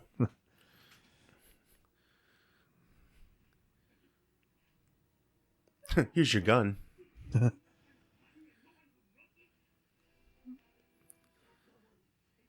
He's like, why do you think I'm here? I'm trying to get it back. I like how he just has this gun in a manila envelope. And the front desk couldn't even tell it was by the weight. It's a special gun. I like how in almost all the Craig movies he always has like an earpiece that he uses. Yeah, a lot of people. It's like he's never alone. What's the deal with the earpiece? He has his room bugged. Is that the idea? Lashif. Oh, didn't he put? Yes, that's it. He put a tracker on his inhaler. Yeah, these guys are not messing around. This isn't your. I mean, it's so. The bad guys are so blunt. I think, you know, versus there's usually a big speech and. True. Yeah. You know, it's not. Yeah. More gritty. I don't know what the right word is, but yeah. Well, I think a lot of people use that word to review the movie, but it's true. It is. It's more gritty. It's more down to earth. But it's still beautifully shot. It's not like that's wow. I remember thinking like, this is really going to happen. Yeah. Which would be unusual because most Bond movies are, what, PG or PG-13 at most. But they pushed it. I mean, License to Kill definitely pushed. They put a guy in a chamber or something. Shark. Blew him up. Or, they had a shark eat him or something. Oh, that movie's... They had a shark eat Felix, right? Or that's part one of the his hardest leg movies to watch for me, is that Bond movie. Getting over those two scenes, it's just, woof. And then they fed, like, Sharky, the guy, to the sharks. Now, these guys are good at their job to notice that in his ear as they walk past. Of course, Bond, he won't. I thought it was kind of a poor choice on Bond's part to like be making out with. That is like, why would this guy be randomly making out with this woman here? I think he just wanted to make out with her. He's been trying to do that forever at the bar, and she kind of turned him away. Yeah, I don't blame him. This whole scene is just crazy. Yeah, on the stair. These are so brutal. This fight scene on the stairs. Oh, it's yeah. like it looks really dangerous. Like people are jumping over the. I think there's a shot coming up where they speed it up a little bit. I could tell there's a shot Inspector to say that one right there. I think maybe. Oh. Well, it's kind of slow motion. Slow mo, I guess. Yeah. That was cool with the sword. Yeah. I wonder if that was CG'd. Almost hits her. Yeah. I don't know, but yeah, it looks dangerous. I feel bad for the guy on the ground there. I was like, yeah. They really land on him, and he had to play dead. He was. Oh, all right. It's like that. I had to hurt. This is probably one of the most brutal killings he's done, just for the fact that it takes so damn long compared to the other ones. He's just strangling them to death. And Vest, she had a decision to make. Like, am I going to help, help him kill this guy? Or yeah, I'm glad. I think she could have done even more, honestly. That's the thing I don't like about some of these movies where so the women just sit there and like as if they wouldn't be doing something. Well, I like how bloody he is though. He gets up and he's got blood all over his shirt. I mean, there. yeah. This movie's like, it's so real with his wounds. It's like, I don't know if the bleach is going to get all this out. Look at his hair. I mean, he's got cuts and everything. Yeah. Well, you could say Quantum, the Bond girl in that, she was like an assassin or whatever. She actually could kick ass. Well, yeah. I mean, I guess she's still at her moments, obviously, but.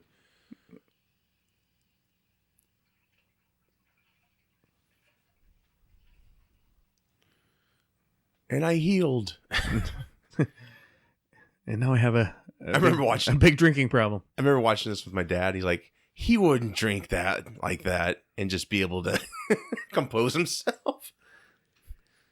It's apple juice. He's like, I need all this booze for all the killing I'm doing. Yeah, this scene here where he's staring at himself in the mirror is like, yeah, I'm a killer. I mean, yeah, this is Fleming. I mean, I think this is what Bond was. Yeah, Fleming, a cold hard killer. It's kind of like American Psycho looking with him in the mirror, looking at himself with blood. It's like cleaned up good. New Tux. A lot of Tide sticks. Tide sticks. I wonder if they OxyClean. They back this movie. You got to use Tide. Little quips. That's a classic Bond.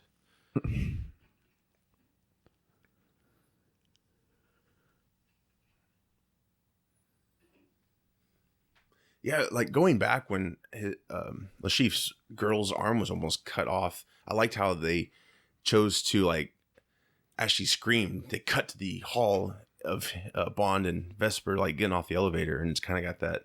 It just has a lot of noir. I don't know. A lot of great camera techniques and transitions. Oh, this is the infamous shower scene where Bond is comforting Vesper.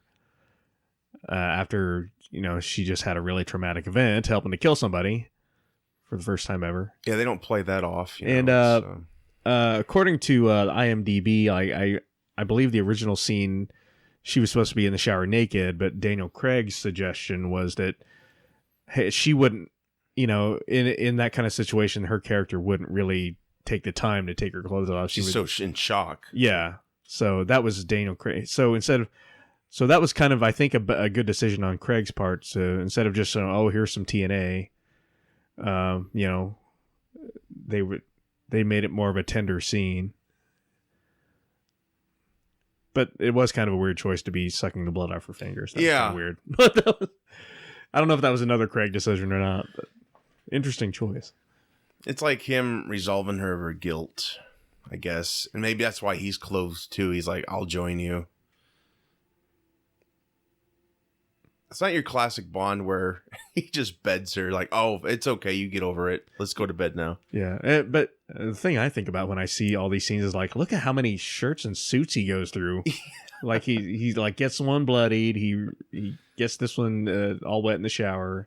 And it's like, how many does he have? I think they break down his bill after each mission. Like, look, you got to stop wasting your suits here. You know, just hang them up. I don't know if they have a dry cleaners or something in the hotel, but especially with Spectre, like, hey, we're losing money. They don't think we're efficient.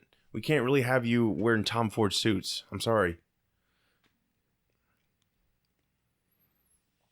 Yeah, the movie takes its time with a lot of this. Yeah. You know, with and notice they spent the night in separate beds. So right in a normal Bond movie, you know, they would go straight from the shower to doing the do. Right. This is kind of a humorous scene. Mathis took the bodies and put them in some. I don't know if it's some random car. Is it their car? Oh yeah, it's some random guy. Poor guy. Well, I don't think it was a random guy. Wasn't it a guy that was working for? I don't know. I think that was one of his. Well, Mathis got the local, chief of police or whatever. He got him arrested earlier. That's actually Michael G. Wilson. Oh, making that's a right. Cameo. He makes a cameo in every Bond movie, I guess. Yeah, he was in GoldenEye. He was. Yeah, yep, he was at the Russian.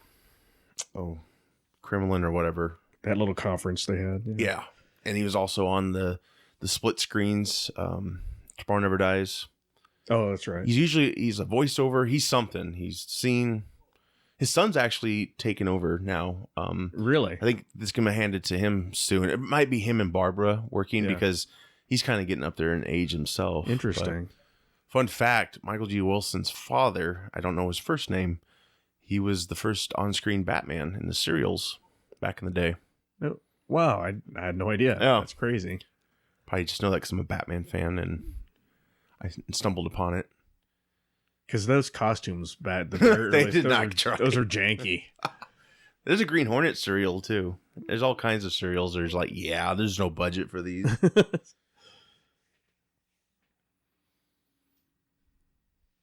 You know, I wish I knew how to play this game. I would probably be more into it. Like, I'm ashamed to say I don't know how to play poker either. Maybe it's a good thing because we'd be like, that's not real. I'd be, you can't do that. Well, I'd probably be like $100,000 in debt probably if I tried to play poker. So she's distracting in a good way. Yeah. Jeez. That cleavage though. Good Lord. Yeah, she's got the goods. Everybody look at her. Right now, we don't know who Jeffrey Rush is. I don't think he introduced himself yet. Jeffrey Wright, you mean? Oh, right. I'm sorry. Jeffrey Rush. Jeffrey Rush. Oscar-winning actor. Well, Wright could be too. He is a good actor. He's in a lot of things, so he's doing just fine not being in the last two movies, but still would like to have... I liked him to give something to Felix, to do. Not have him have his legs bitten off or anything, but something bigger. Actually, License to Kill was the most action I think he got out of a Felix. Like him and Bond actually teamed up and took down a drug lord at the beginning of the movie. You never saw that before. Parachuted out of a plane. But you never saw that before with Felix anyway. Felix has always been kind of a guy on the ground and pops up and he leaves. Now, this is the scene where I think Bond gets cleaned out, right? Yeah. By Lashif. Or it's coming. I mean, it's...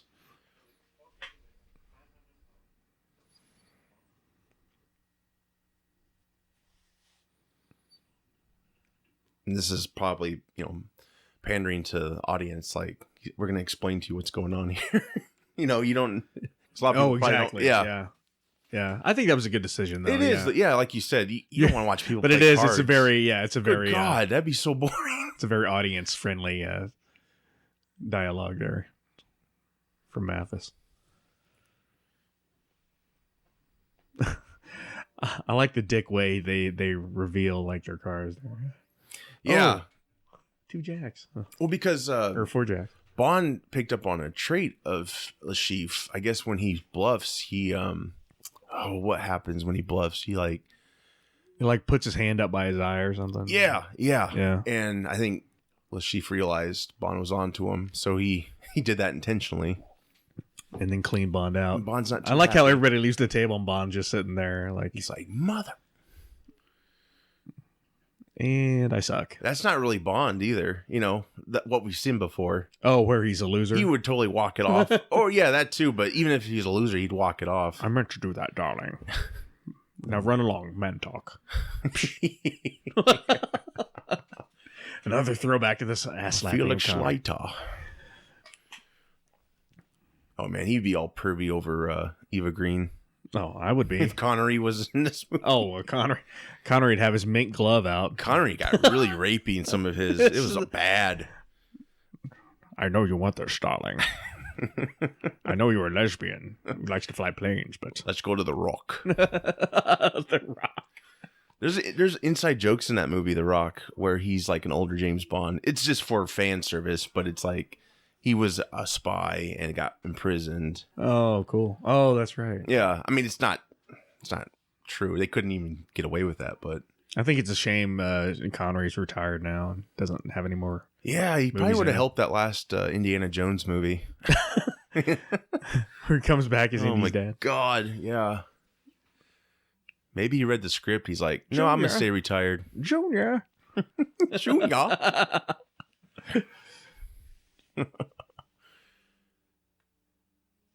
Yeah, the last movie he was in was League of Extraordinary Gentlemen. And I think he fought the director. Like, he punched the director on that set. Wow, really? Like, he was I didn't know done. That. Yeah. That movie isn't terrible. Here's another thing you would never hear Bond say. He doesn't, instead of shaking not stirred, do I look like I give a damn? Right, like the bartender said the rest of it because he said vodka martini. He didn't go into all the. It looked like I give a damn. Yeah, he's desperate at this point. He's grabbing a knife here, a butter knife, I think, to kill a sheaf. Mathis is like, "Don't do it." Oh no, that's not a butter knife. That's a steak knife. It's like it's got a good point to it. Never mind. Butter knife.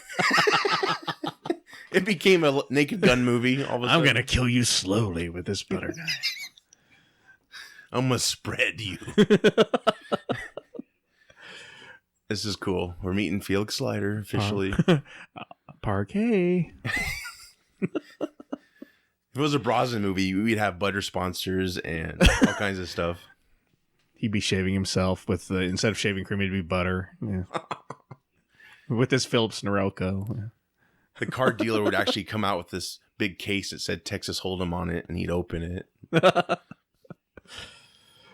No, to be fair, I mean, they still use a lot of product placement in the Craig movies. Heineken, Heineken's a big thing. God. Yeah, a lot of people hated that too. Yeah. Like some of these companies are paying like millions and millions of dollars to have their products placed. Well, the Bond movies, they take you to all these locales, and if your product's in those places, it's like people identify that.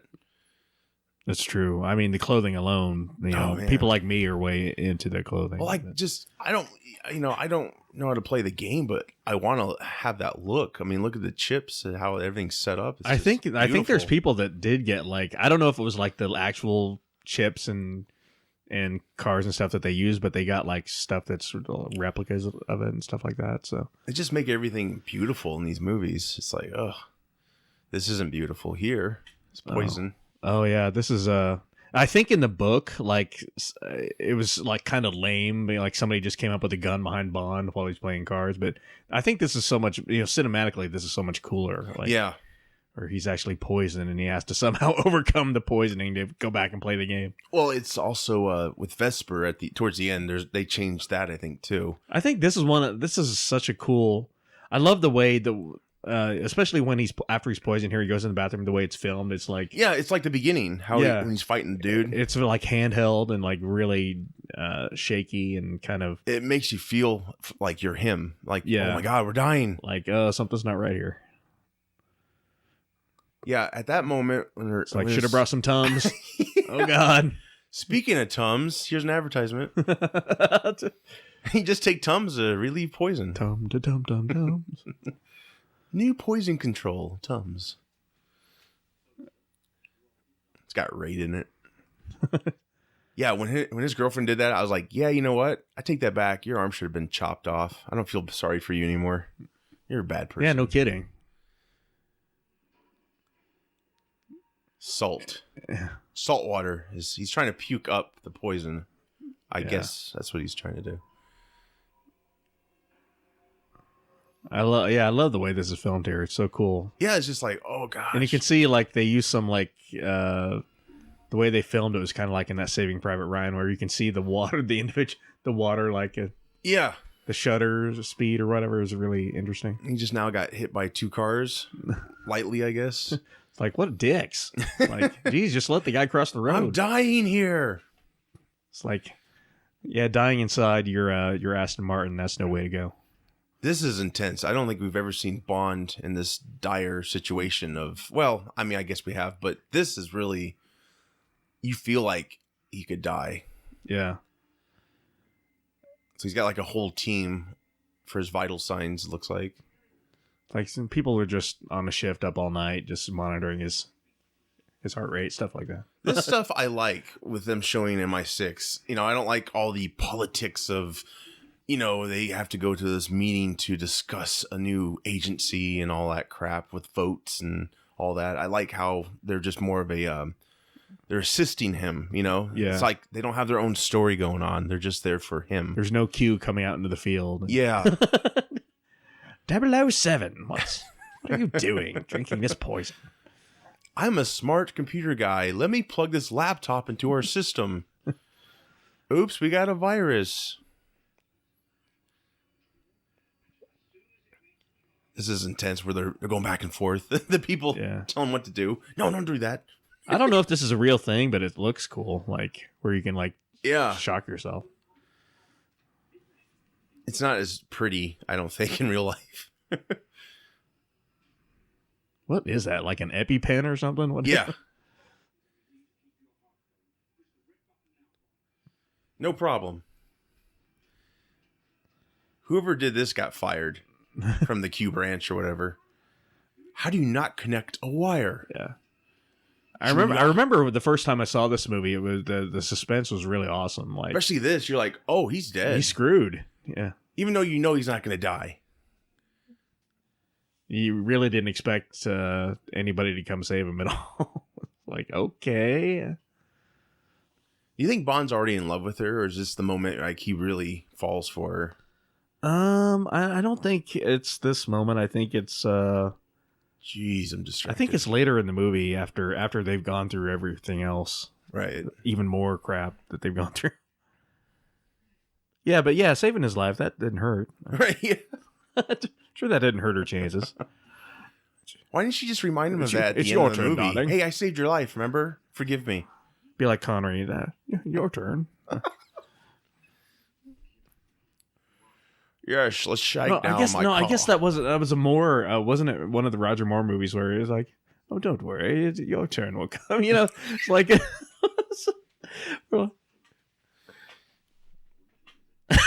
he just walks it off. I about died.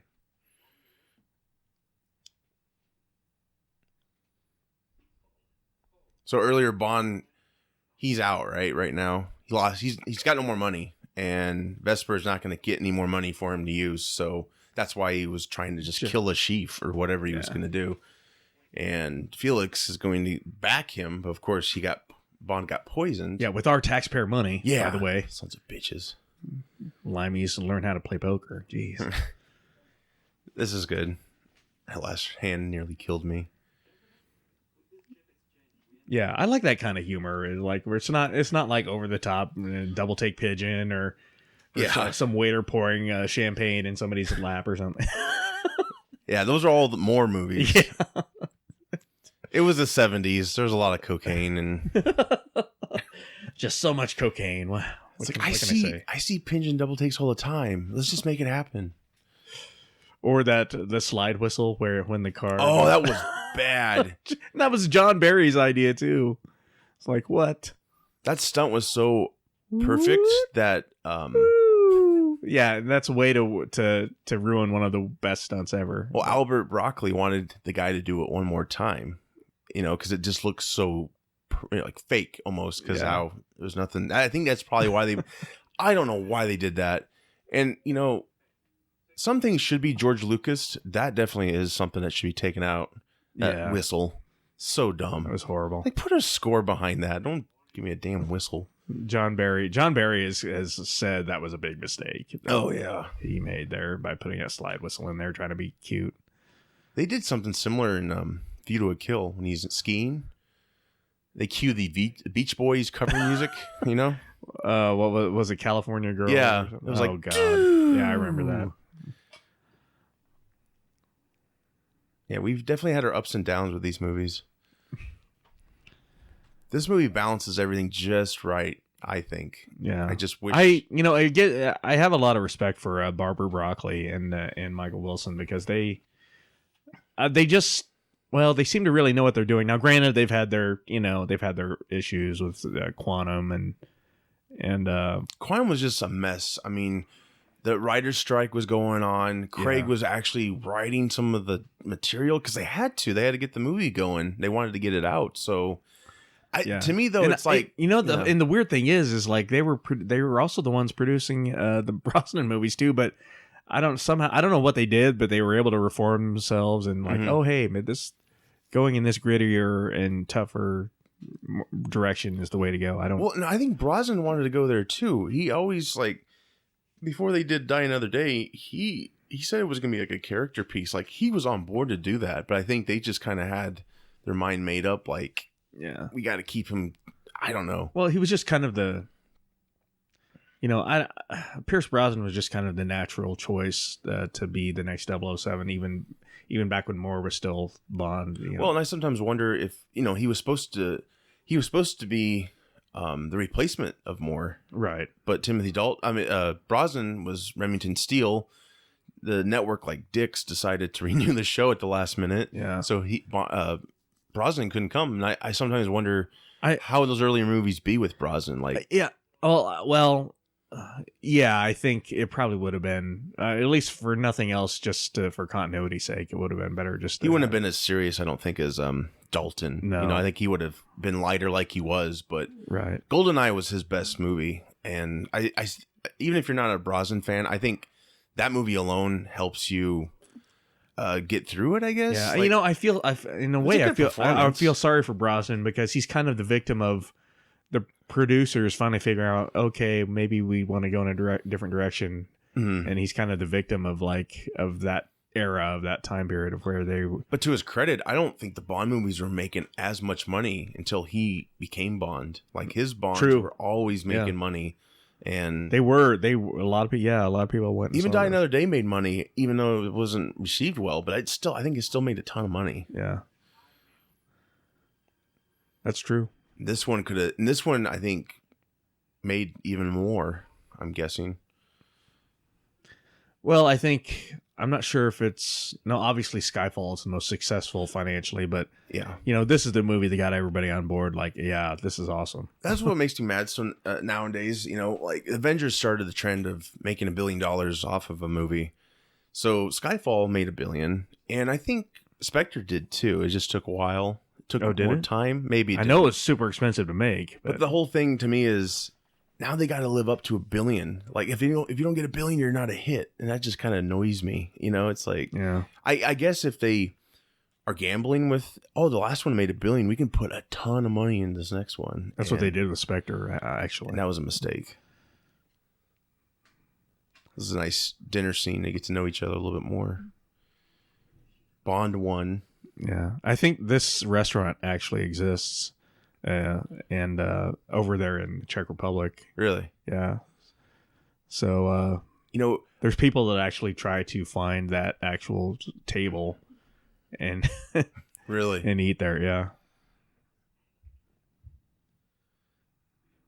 It's funny. There's some ridiculous titles for Fleming's books. I think one might be James Bond in New York or something.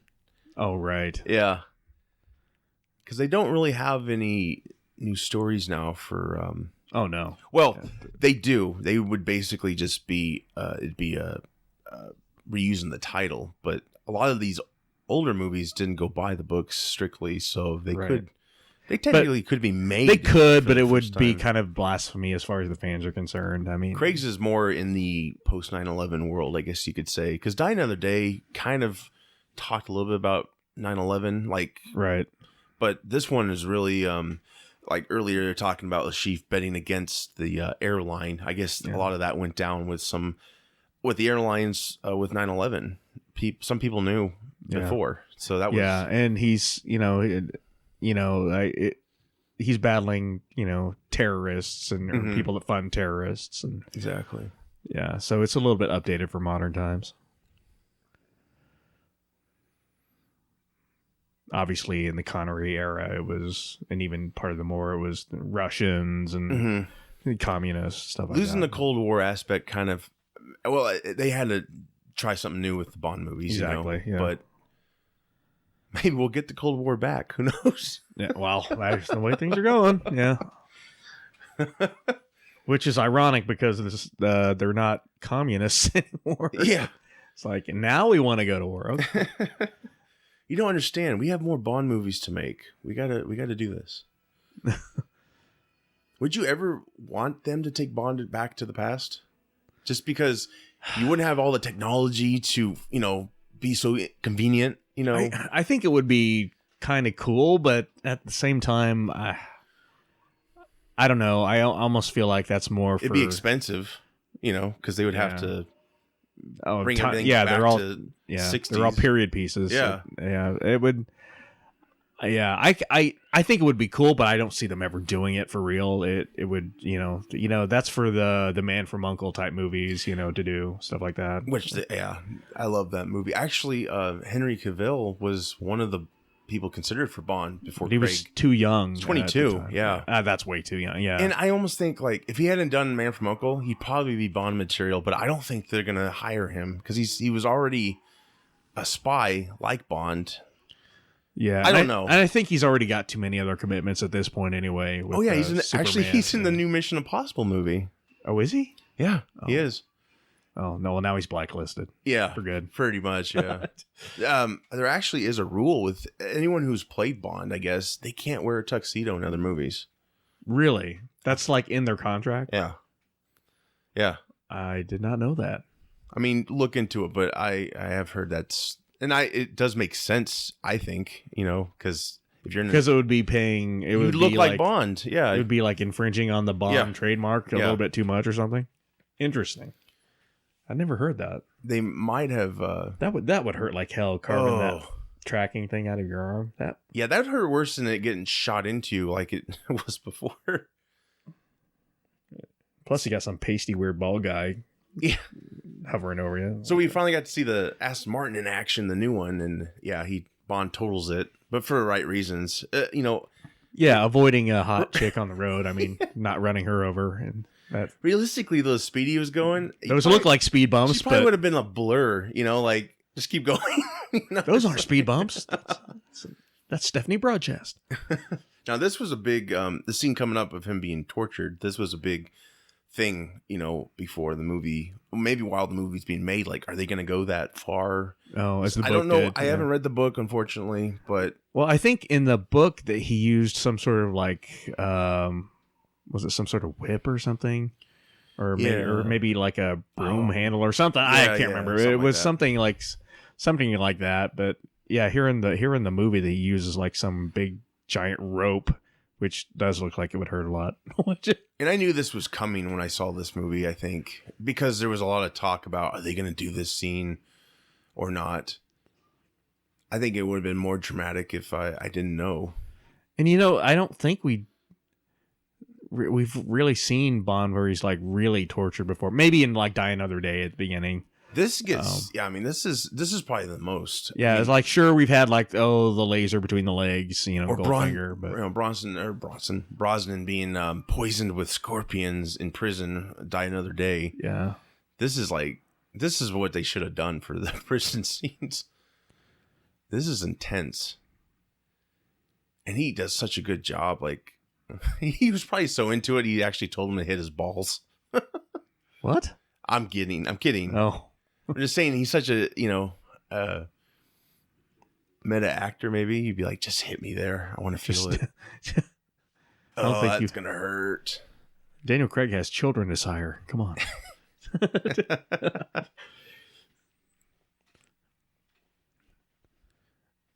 Just jacked. You still got a Band-Aid on. This must have been, I can't imagine like how difficult it must have been to keep a straight face on the set filming this. It was just like how ridiculous it is to be filming something like that. Like I said, maybe he actually went for it. Yeah. Shoot me. What? Yes, I want you to shoot me. Now that one was harder. Oh, yeah, that is just brutal. So first one, he just gradually like hit it. It was just a little love tap. And then the second one was like, ah. Yeah, that was like hardcore, like 100 miles Game an hour on. coming at your nuts. This is a nice set too. It's like a, I don't know, abandoned It's an warehouse. yeah, like this. Or it almost looks like the hull of a ship or something. I don't know. Yeah. And they pulled up this chair and they cut the bottom of it out. So yeah, his privates are dingling through the chair. My ding-a-ling. Ooh, man, that makes you that feel would- if you're a guy. That would. I You don't think. have no I don't think idea. anybody would be recovering from that one. Maybe that's why he doesn't have kids in the movies. I don't know. So that's why there's no James Bond Juniors. Remember that cartoon? Yes, I like that cartoon. I haven't seen it in ages. I'm sure it's ridiculous now. It was his uncle. He was a nephew. He wasn't even his God. son.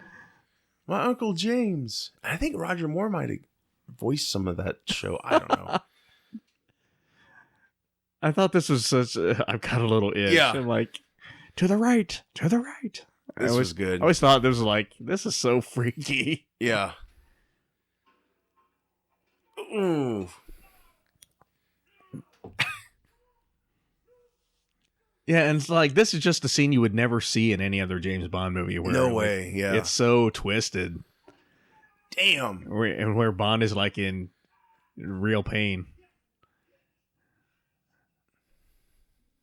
I think that's the thing that most people will remember about the Craig era is like his constant pain and suffering, like emotionally, psychologically, physically. Which I think Like- that's why a lot of people are like, I'm ready for humor to come back in, or maybe a little bit light. Yeah. I don't know. Well, I don't know. I like a suffering Daniel Craig in these movies, like yeah. like when he handles everything so smoothly, like he kind of does in Spectre for the vast majority of the movie. It's almost too bland. It's like Yeah, it's I almost agree, too yeah. boring. It's like he gets tortured, he gets that adrenaline. I mean, they're probably tailored around the actor, so the next guy they'll probably, I don't know. It's all about balancing. Like I really think the last Mission Impossible movie and this new one probably, I think they got it down just right. They give you the action, they give you the drama. There's humor. It's like almost maybe that's the direction Bond needs to go into. I don't know. It's just Well, I guess for my taste, I think it would be a mistake to go back to the Roger Moore kind of. no, yeah, I don't want them to Humor. go that far. I don't know. I just want, I don't know. It's got to be just balanced right. I mean, they all, like we talked about, there's a trend with these movies. They'll get it right, and then they'll just either try to hammer it in again, and they miss the opportunity, or they go too far. I mean, I'm sure it's hard to produce all these Bond movies. There's an expectation. And the thing, I think the producers are now so conscious of that the Craig movies will never go too over the top, but I think Spectre did get a little bit bloated. A Yeah. little bit. had Just like 10 endings, it seemed, or whatever. Yeah. But So in, this, not Moonraker territory. no, But not laser guns. This was a cool shot. Literally. yeah, and I remember the first time I saw this movie, that was such a shock. It like, was. You're what, like, the bad guy's dead? Like, just like that? What? does this guy have a secret lair we're supposed to go to? And Yeah, does he I'm have, like, a wait. turtleneck and a. I'm like, this is how the movie ends? The what? I didn't. Yeah, I thought that was a shock to me. This is cool too. This is another like intense scene. Like you really can't control anything, and he thinks Mathis is like turned or right. whatever, and he's. Poor Mathis. Well, actually, if it wasn't for Quantum, I would have thought Mathis had something to do with it. I think that's one of the things that might be a complaint about this movie. They didn't really make it clear that Mathis was, was innocent. right. Yeah. I did like how they... Well, until the end of the movie where, Vesper, it was obviously betraying. Yeah. But... Well, to me, though, it was still confusing, though, because how Lashif took the time to say, your friend Mathis is my friend Mathis. So I think that was still like, is he a friend? What's going on?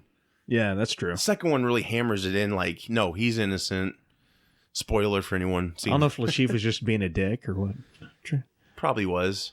I think this was filmed around the same area that the Attack of the Clones was filmed. Oh, like the Lake Como, because the architecture is very similar. You're right. Yeah.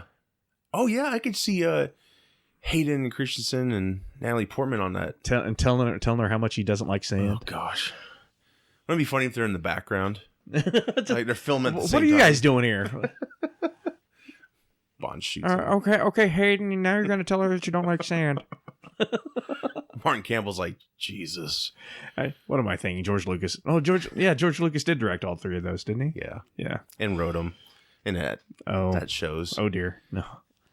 That's another thing. If you don't go by the formula, the original Star Wars trilogy, he only wrote one of them, I think, and the other ones were written or directed by other people. Don't break formula.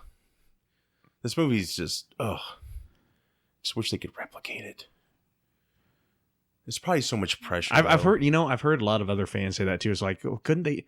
There's a formula here. Can't they just get every single portion of it right? And it's like, I guess this shows just how difficult it is to accomplish that. Well, it is. I mean, even with podcasting, it's a creative thing, and you got to always think, what are you going to do? And I think there's just so many different ingredients that have to come together just the right way. Yeah. It's just so difficult to do. I mean, I think, we have to consider ourselves fortunate that we did get two great movies in the Craig era, like Casino Royale, obviously, and Skyfall. It's a very different kind of movie, Skyfall, but I think they're both masterpieces, really. Two of the best Bond movies in the series. I still have a liking to Quantum. I don't know. I have heard that if you watch Quantum right after this movie, it's like a great follow-up. Like, because it was the first. I remember at the time when they talked about Quantum, they were just saying it picks up right where the other one left off, and that was the first for a Bond movie, I think. And I didn't like that idea, and I think it suffered because that was something. It just had a lot of things going against it. I think the writer's strike. Well, I think for me it was just stylistically so different from even though it was picking up right afterward. I like the tech though. MI6 had. Oh, that was another thing I didn't like is they changed the MI6 headquarters to look really cold and electronic and weird and well, they had the same building, but it was like different interior. It was goofy. I guess getting back to this movie, this is like right here now that they think Mathis is taken away and they think he was the cause of all this. No, so this is where Vesper and Bond are falling in love for good, Well, this scene coming up really does it. Oh, right. Tells her the password. But I'm and we're like, what, 2/3 of the way through the movie at this point, and now they're taking the time to go through all these scenes, these love scenes, which is very unusual for, well, not just, a Bond movie, but any movie really, but especially for a Bond movie, where it's really taking its time. It's like, that's another way where this differs so much from a typical Bond movie. There's not a lot of music to go with these scenes either. It seems to, I don't know. Well, there is. I mean, especially during like this kind of love montage kind of thing. I guess what I'm trying to say is frolicking on the beach and stuff. But if it was like those scenes, but like scenes like this, it seemed like in a Brosnan movie, it'd also be quick scenes, but it'd also be some kind of music behind it. This is very intimate, and to me, I think it's like when Brosnan sees Halle Berry come out of the water. There's that big score when she gets out of the water. It just seems like some of these scenes that we haven't seen before, like in a Brosnan movie or whatever. They're just so artsy, I guess. I don't know what I'm trying to say, but I think more than anything else, it's just dialogue heavy. Yeah, they're people being vulnerable with each other. It's not flashy or anything. Yeah, it's like people are being vulnerable and human, and they're not just being like flirty and sexual characters that they would normally be in most Bond movies. obviously, they're doing things that normal people can relate to, and not just, oh yeah, that's two people that are boning because they have to. In a like if it was movie. Brosnan, he'd probably wake up in bed with his wounds. She'd be over him, and then they have sex, and then he's healed and ready to go. They wouldn't take. He would say some like innuendo quip or something. Like, but to be fair, Vesper Lynd's a big character. Classic character from the first book, and right? So you had to get that right, and the producers of the movie knew that, hey, we have to get this character right because this is the girl that breaks Bond and turns him into the Bond that we know. So she has to be different from all the other ones. Well, except maybe for Tracy, but in Majesty, which it seems his new lady is the new Tracy in a way. Yeah. Which I guess, we were talking about the formula. I guess this is one of the reasons why we can't get something like this every time, because you can't just replicate, he can't fall in love the same way with a different girl every movie. Yeah. No, it's harder to do than, it's just like, say, but harder to do. Just like they couldn't really do that with Madeline Swan and Spectre. It's like, yeah, it would kind of ruin what he had with Vesper, in a way. I agree. I just wish they had more. They just seemed to rush the love factor, Yeah. Like they just met, and he's ready to leave the field for her. This feels more, right, because they went through some serious shit together, and I mean, I guess he did with that girl in the train. When, during the scene, I always half expect her to start sucking on his nipple right there. I mean, it's like they focus on his nipple there so closely, and like, I just expect her to start going for it. He sucked her fingers, the Bond. So might as well, right? There's no end to the suck. Now, this was a complaint, actually. One of the criticisms I read about this movie back when it came out was how they fall for each other. Like he loves her here. But I see... Well, it's a lot better than falling in love with Madeline right after he kills that Dave Bautista there off the plane, right? Or off the train. Sorry. What do we do now? It's like, now that we're all bruised and bloodied and have broken bones, now I'm in love with you. Well, let's bone. Yeah. See, if Martin Campbell directed that, they probably would have taken a shower together and then maybe made love. I don't know. It was a more thing. Or probably just classic Bond thing.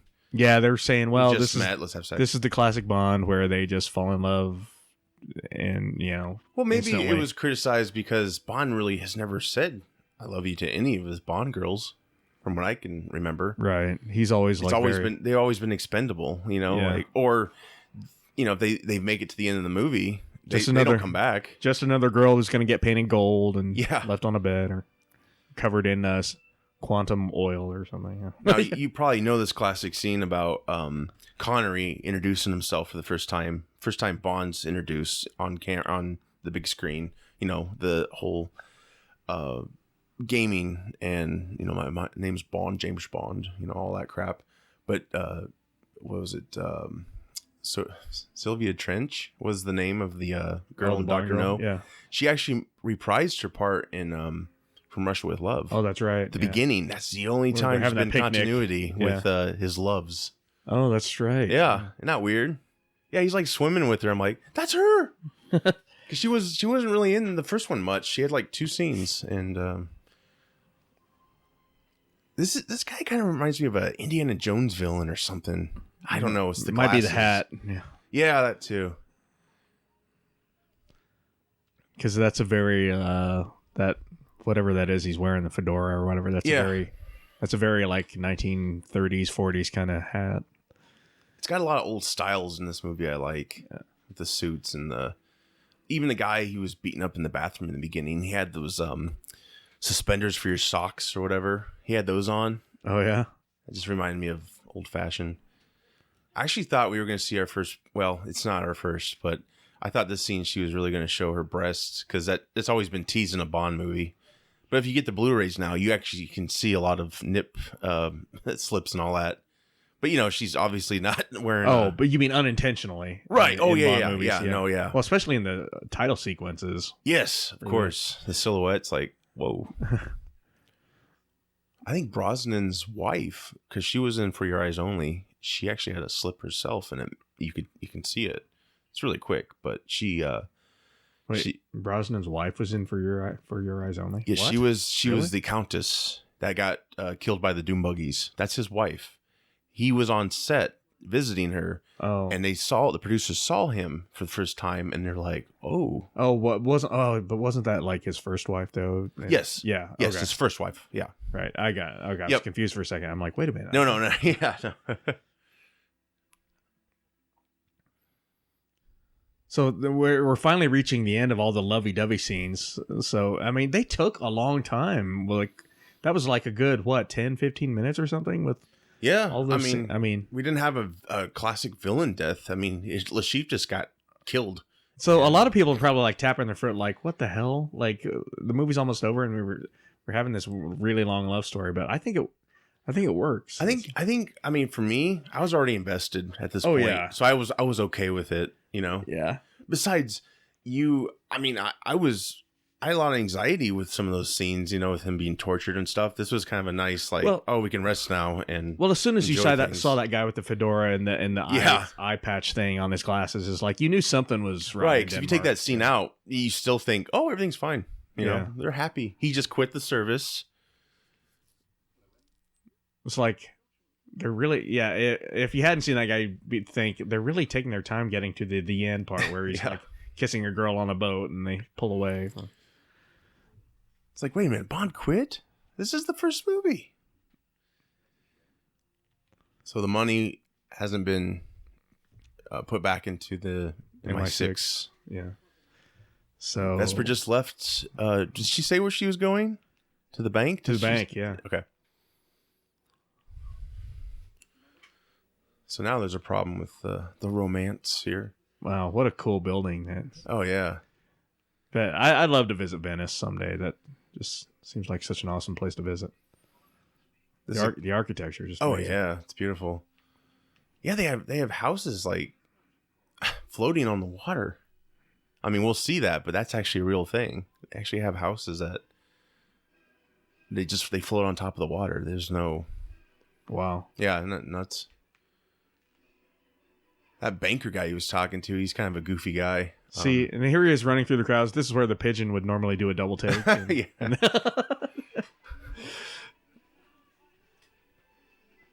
Oh, who was that director who did those? Was it John Glenn? I think so. Just like The Astronaut, but of course not the same guy. Yeah, I was gonna say maybe he's like this scene. He was like, "Can I just give you a note? Pigeons, double takes." Campbell's like, "I'll do the pigeons, no double takes." Fair enough.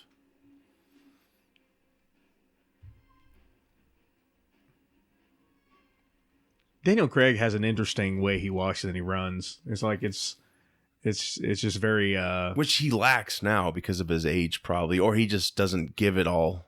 You know, like the last, I guess Skyfall he ran and stuff, but Spectre it seemed like he was just taking his damn time. You know, like yeah, he did make a leisurely stroll out of that Blofeld compound, like I guess, casually shooting people. There's an actual reason behind that. I guess he got his something torn in that train fight scene. He told Batista to like really throw him, so it was his fault. Batista did what he said, and yeah, they had to shut down for a while. So I think that's why he didn't run in the end. Oh, interesting. Which seemed kind of stupid, but I guess, his character got tortured ridiculously, in that stupid dental chair. Yeah, I didn't. CGI that's interesting trivia. drills. I didn't know that. Yeah. I know, yeah, I knew that, I knew something was weird because I'm like, Daniel Craig's usually running around all over. Yeah, what's going on here? You see that train fight? Come on, you can run.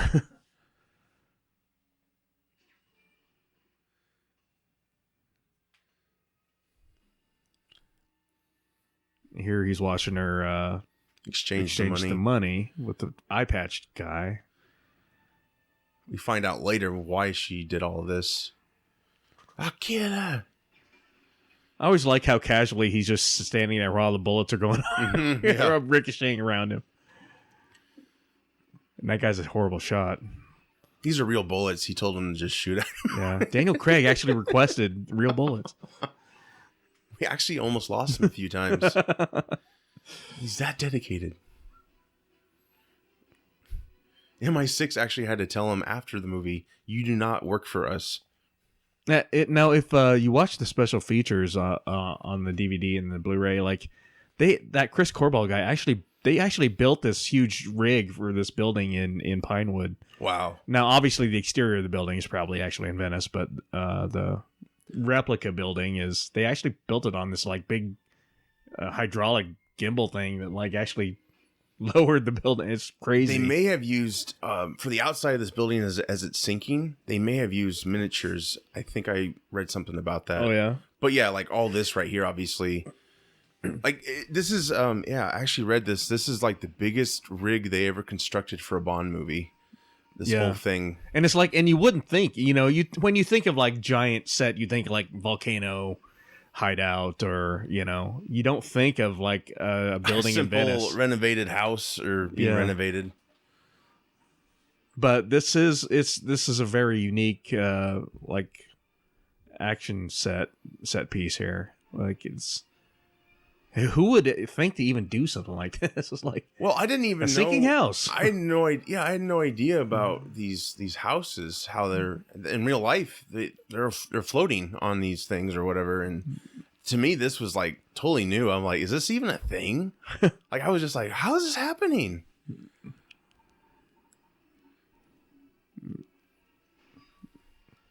It's pretty amazing, all the stuff they had to build.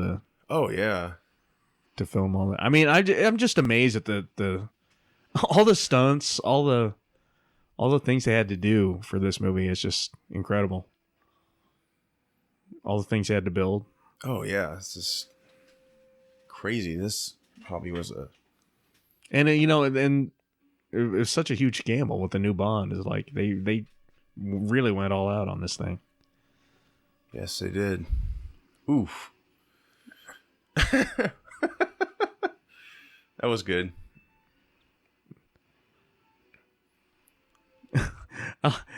Whenever I see that scene where the bad guy's floating around in the water, I'm like, it just always reminds me of like some Bond villain in some like water park or something. He's like trying to get to the side of the pool.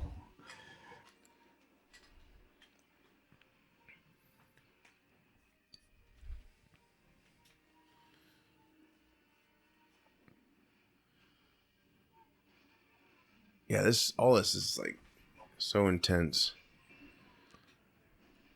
Ooh. Ooh. Yeah, getting crushed by an elevator. Yeah, never good. That's hard on the ribs. Yeah. Craig's like, really sink this house while I'm in it. Ouch. It's very convenient with the construction equipment. The nail gun. I didn't even know they had like automatic shooting nail guns. Yeah. Like what? In this movie, anything's possible. Well, yeah, because they have a safety mechanism. You have to like press it up against something hard to shoot it. So that guy must have known what he was doing. But yeah, it was like a Tommy gun. That was good. Good shot. He just rips that out. Ew. Rips out the nail.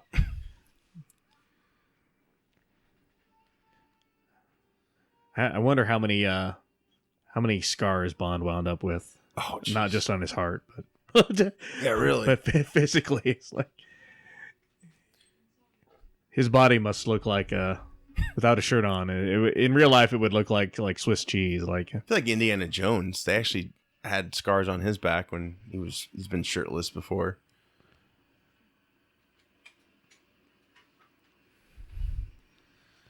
This is really intense with her in the elevator sinking. Yeah, I think about when I see the scene, I think about how difficult it must have been to film like these underwater scenes. Ugh, yeah. With they must have had divers down there with Craig and Eva Green. Oh yeah, with air canisters and stuff. But well, this scene coming up, it's like this would freak me out trying to film a scene between people underwater. That's shot beautifully. She's just looking at him. Oh yeah, these are some of the most iconic shots in the movie. Like this is her like, I'm sorry. Because he still loves her, even though he's so pissed at her. Yeah. This, okay, right here. It's like, let me It just... looked like she really drowned from what she, because, Yeah. let me look at that. Yeah, like, watch this. And it's like she just embraced the water. It's a really great death scene. Oh, it looks so damn real. Yeah, it's kind of... She's just floating there. It's like, creepy, look at that too. shit. Yeah. Really, I'm like, how do you even fake that underwater without actually doing it? I know. She locked herself in there, too, right? Didn't she? Break the key off or something? Yeah, she did. Because she actually wanted... Hey, right here, I always thought Daniel Craig looked like Javier Bardem. Doesn't he look like Javier Bardem? Yeah, I can see that. Sure. I'm like, wait, that relationship I'm your with brother, Silva. James. Woo! We're two rats. The only ones left. Coconut. Woo! Underneath the mango tree. The only time Bond sang in a movie, I think, right? Connery had a good voice. Yeah, that... Underneath the mango tree, my honey and me. Connery's idea for CPR would be a lot different than what Craig's doing. Just squeeze them. Oh, the body's still warm. I'll get my mink glove out. Man talk. Oh, those are different times. It's hilarious. He's just conflicted with his emotions, you know? He's like... I think Mike Myers would have a lot more difficulty parodying. Oh yeah, that's the thing. You can't parody Craig movies. I mean, you really haven't been able to parody a Bond movie since more stepped away. That might have been a part of the motivation for these. Is like now they're never going to be able to parody us again. Well, in Austin Power, they ran out of like Eon was not letting them do any more titles similar to the Bond films. Oh really? I think that was another thing that played a part of them rebooting was. Just it became people were laughing at Bond rather than being along for the ride. Well, like we mentioned earlier, this was the Bourne movie had come out and it was really popular, and they saw that and they're like, well, we need to move a different direction here because this is what people want nowadays in this post 9/11 world. Right, of course. And even though they're following a trend like they always do, this time it turned out to be a good idea. Yeah. So now. Oh, this is a great line straight from the book where he's like, the bitch is dead. Oh, right. Which normally you would never hear Bond say something like that, like in a movie. I think he's just fighting so hard that he's affected deeply about what happened. Yeah. Well, it's a very Fleming line because that's something Fleming would say. Well, look, he just even said that about Mathis. It proves that she's guilty, not him. So it's still not concrete. Like Mathis could still be a bad guy now. Oh, right. Well, what's he say? Like a double blind or something? Yeah. Well, she said because M, explained the whole thing about Vesper. Her boyfriend's taken hostage by the organization Le Chiffre worked for, and that's why she did what she did. So he said, "Oh yeah, well, it makes her guilty, but not him innocent or necessarily innocent." So he doesn't trust anybody anymore. No, he doesn't. He's a grumpy bear right now, but he deserves to be. I think M even says like, "You don't trust anybody, do you?" And he says no, and she says good. I mean, I think in the books, this is what builds Bond's character. This whole. Oh, that's the point. Yeah. Yeah. This is where he shuts down his emotions and just becomes really He doesn't cold. fall for any girls anymore. He just beds them and bangs them, and if they get killed, it's clangs them and bangs them. Yeah, exactly. Bangs them and clangs them. That's his motto.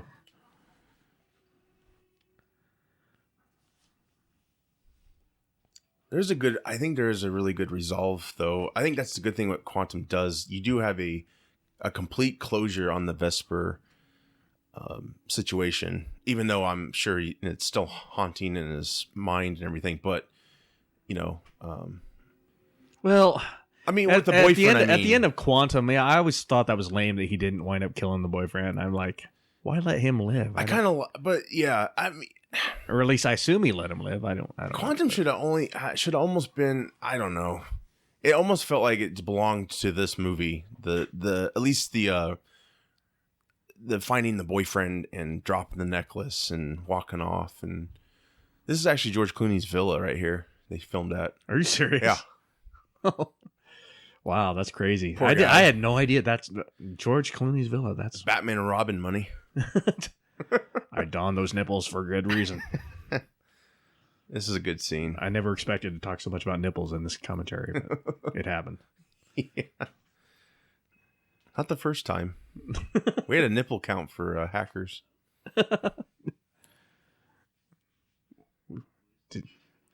Was that also a Guinness World Record? Who is this? No. Yeah, probably. Doing hackers alone was no. This is such a good ending. I mean, it's just oh man, you're just the score to this Arnold's score is so this is the first time you hear it in the whole movie, right? And here, this is like 3-piece suit. Yeah, apparently this is like a Navy version of the one Connery wore in Goldfinger. The Grave. Really? Yeah. That's supposedly. cool. That's what I read on IMDb. I don't know if that's true or not. There you go. James Bond. Funny thing is, I bought the soundtrack for the Chris Cornell song, and the soundtrack I bought did not have that song. That's as far as I know, that's the only James Bond soundtrack that doesn't have the title song. That's on weird. What? It must have been some contractual thing, maybe because I know Cornell had his own album. I was so pissed when I got that. I was like, "That's why I bought the soundtrack." Yeah, that was. Yeah. And what a great change from the Madonna song, which I think is the worst Bond song. I have to be in the right mood to listen to it. And I know a lot of people hate the Jack White, Alicia Keys. I don't. I mean, I think it's okay. Yeah. I think it kind of rocks sometimes, but yeah, I don't think it's amazing. But honestly, the Spectre one was, I think, the weakest, and it won an Oscar still. I'm kind of shocked. You wrote that in like 20 minutes, like, dude. I think it has. I like it, but I don't. I'm surprised it won an Oscar, especially since Adele won an Oscar for hers. I'm like, whoa. To me, like he set it up to sound like it was a great song, but if you really listen to it, it's really just nothing there. I'm not a big fan of like the falsetto male voice, singing voice. I mean, Skyfall was the first song to have the name in the title since Tomorrow Never Dies. No, The World's Not Enough. Yeah. Oh, I'm sorry. Die Another Day. Never mind. But that's kind of a rare thing, though, for a title song. Now that you mention it, I wonder how many Oscars James Bond movies have won over the years. I know For Your Eyes Only, that song was nominated. I don't think it won, but it was nominated. But yeah, they've gotten, I think they've at least gotten nominations for their stunts, and I don't know. It hasn't been in the acting for sure, but even though, I mean, it's good acting. It's nothing. Not dissing that at all, but here's my question. With Jeffrey Wright, if they recast Bond, do you see them continuing that Felix or maybe using another actor? I guess it'll depend on the age, but I mean, it's hard to say, but I would assume they'd probably just reboot everything if they. I could see them keeping Ralph Fiennes though, you know. Oh yeah, that could be. They probably do just a cherry picking thing like they did with Craig and keeping Judi Dench, stuff like that. I think, sadly, I mean, I think with Judi Dench's Bond as M has been great, but it's kind of like the $1 billion thing. It's like, you know, when you have a big actor play that part, you almost have to like beef up the role. You know, like it's not successful if your M's not a big actor. You know, right? Like Ralph Fiennes, I just don't see him doing small material. Like I almost see like they've kind of put themselves in, if he does not. Yeah, they've kind of painted themselves in a corner with them there. Yeah. Oh yeah, Spectre had so much with them. It just didn't feel like it was. I don't know. I was so, you know, when they meet up in that building and Madeline Swan's like, "Hey, I gotta go leave now so I can be kidnapped and held in the old MI6 building." It just felt so like predictable. Like I know what's gonna happen. Right. Why would you let her loose right now with everything going on? Like, come on, dude. I don't know. That's the next. That'll be one of the future commentaries of Spectre. Yes. Probably. Yes. We can talk about it then, I guess. I mean, you know, if you turn off all your, I mean, I think that's the other problem. We've been treated to like some great movies, kind of like with your Dark Knight movies, where the expectation now goes up, and you become more of a critic than just sit back and kind of just turn your brain off. You know, you Right. expect so much out of these movies, and Right. when you don't see it, You're kind of spoiled at a certain yeah, point. exactly. But this was, man, this was a great experience in that theater. That time I saw it, I was so amped for the next Yeah. movie. I think it exceeded so many people's expectations. yeah. It was just A joy to see. It just had the right, and it still holds up well. You know, I don't think it really lags in anything else. It's very, if not, it's very close to the top of one of the best Bond movies ever. I mean, for a lot of people, the classics will never be topped, but it's up there. I mean, it's definitely in my top 5. If we get another Bond, do you think Campbell would come back? Maybe. Well, it has been over a decade, so I don't know. He's so good at introducing these new Bonds. You know, it's like he's good at setting it up, and then he has to leave. Yeah, just like GoldenEye, the whole theme to that movie. If I would have been carried over, I think Brosnan had a lot better run. You know, they just I don't know. This was just so. Well, like I said, they had the source material this time, and which they just normally don't have that option. So. The writing's on the wall. Different movie, but I'm gonna repeat this verse and win an Oscar. Sounds good. Yeah, it's a good. They did the book justice. I mean, as the villain's great. I mean, it's just everything's so good. M's different. She's a different M than she was with the Brosnans. I mean, she just reinvented, like you said, she reinvented M. Judi Dench. Eva Green was great. Maybe that's what it made it interesting to her to come back, I guess. And I mean, obviously they were invested to keep her because I mean that alone could be confusing to people. Like, wait a minute. I thought this was Bond becoming Bond. How come Judi Dench is M? It's like, well, yeah. Well, I think most fans, especially the hardcore take fans, the good, you take the bad. Yeah, it's a great movie, definitely worth watching. And yeah, hopefully we'll maybe someday Eon will actually get this down pretty well, like Marvel can do. It seems with their movies, and we can just have several more. But yeah, I'm. Either way, Craig, if he comes back for the next one or not, I'm fine either way. But this is his best Bond movie, and it could be the best Bond movie. Yeah, I'm pretty happy with what we've got. If this is it for him, so for sure. Yeah, he had a good run. What'd you get this out of 5? Out of 5? Oh, 5. You get 5? Yeah, same here. Easily. Yeah. Hope you enjoyed this. We will be back. I'm Josh. And I'm Al. Have a good one.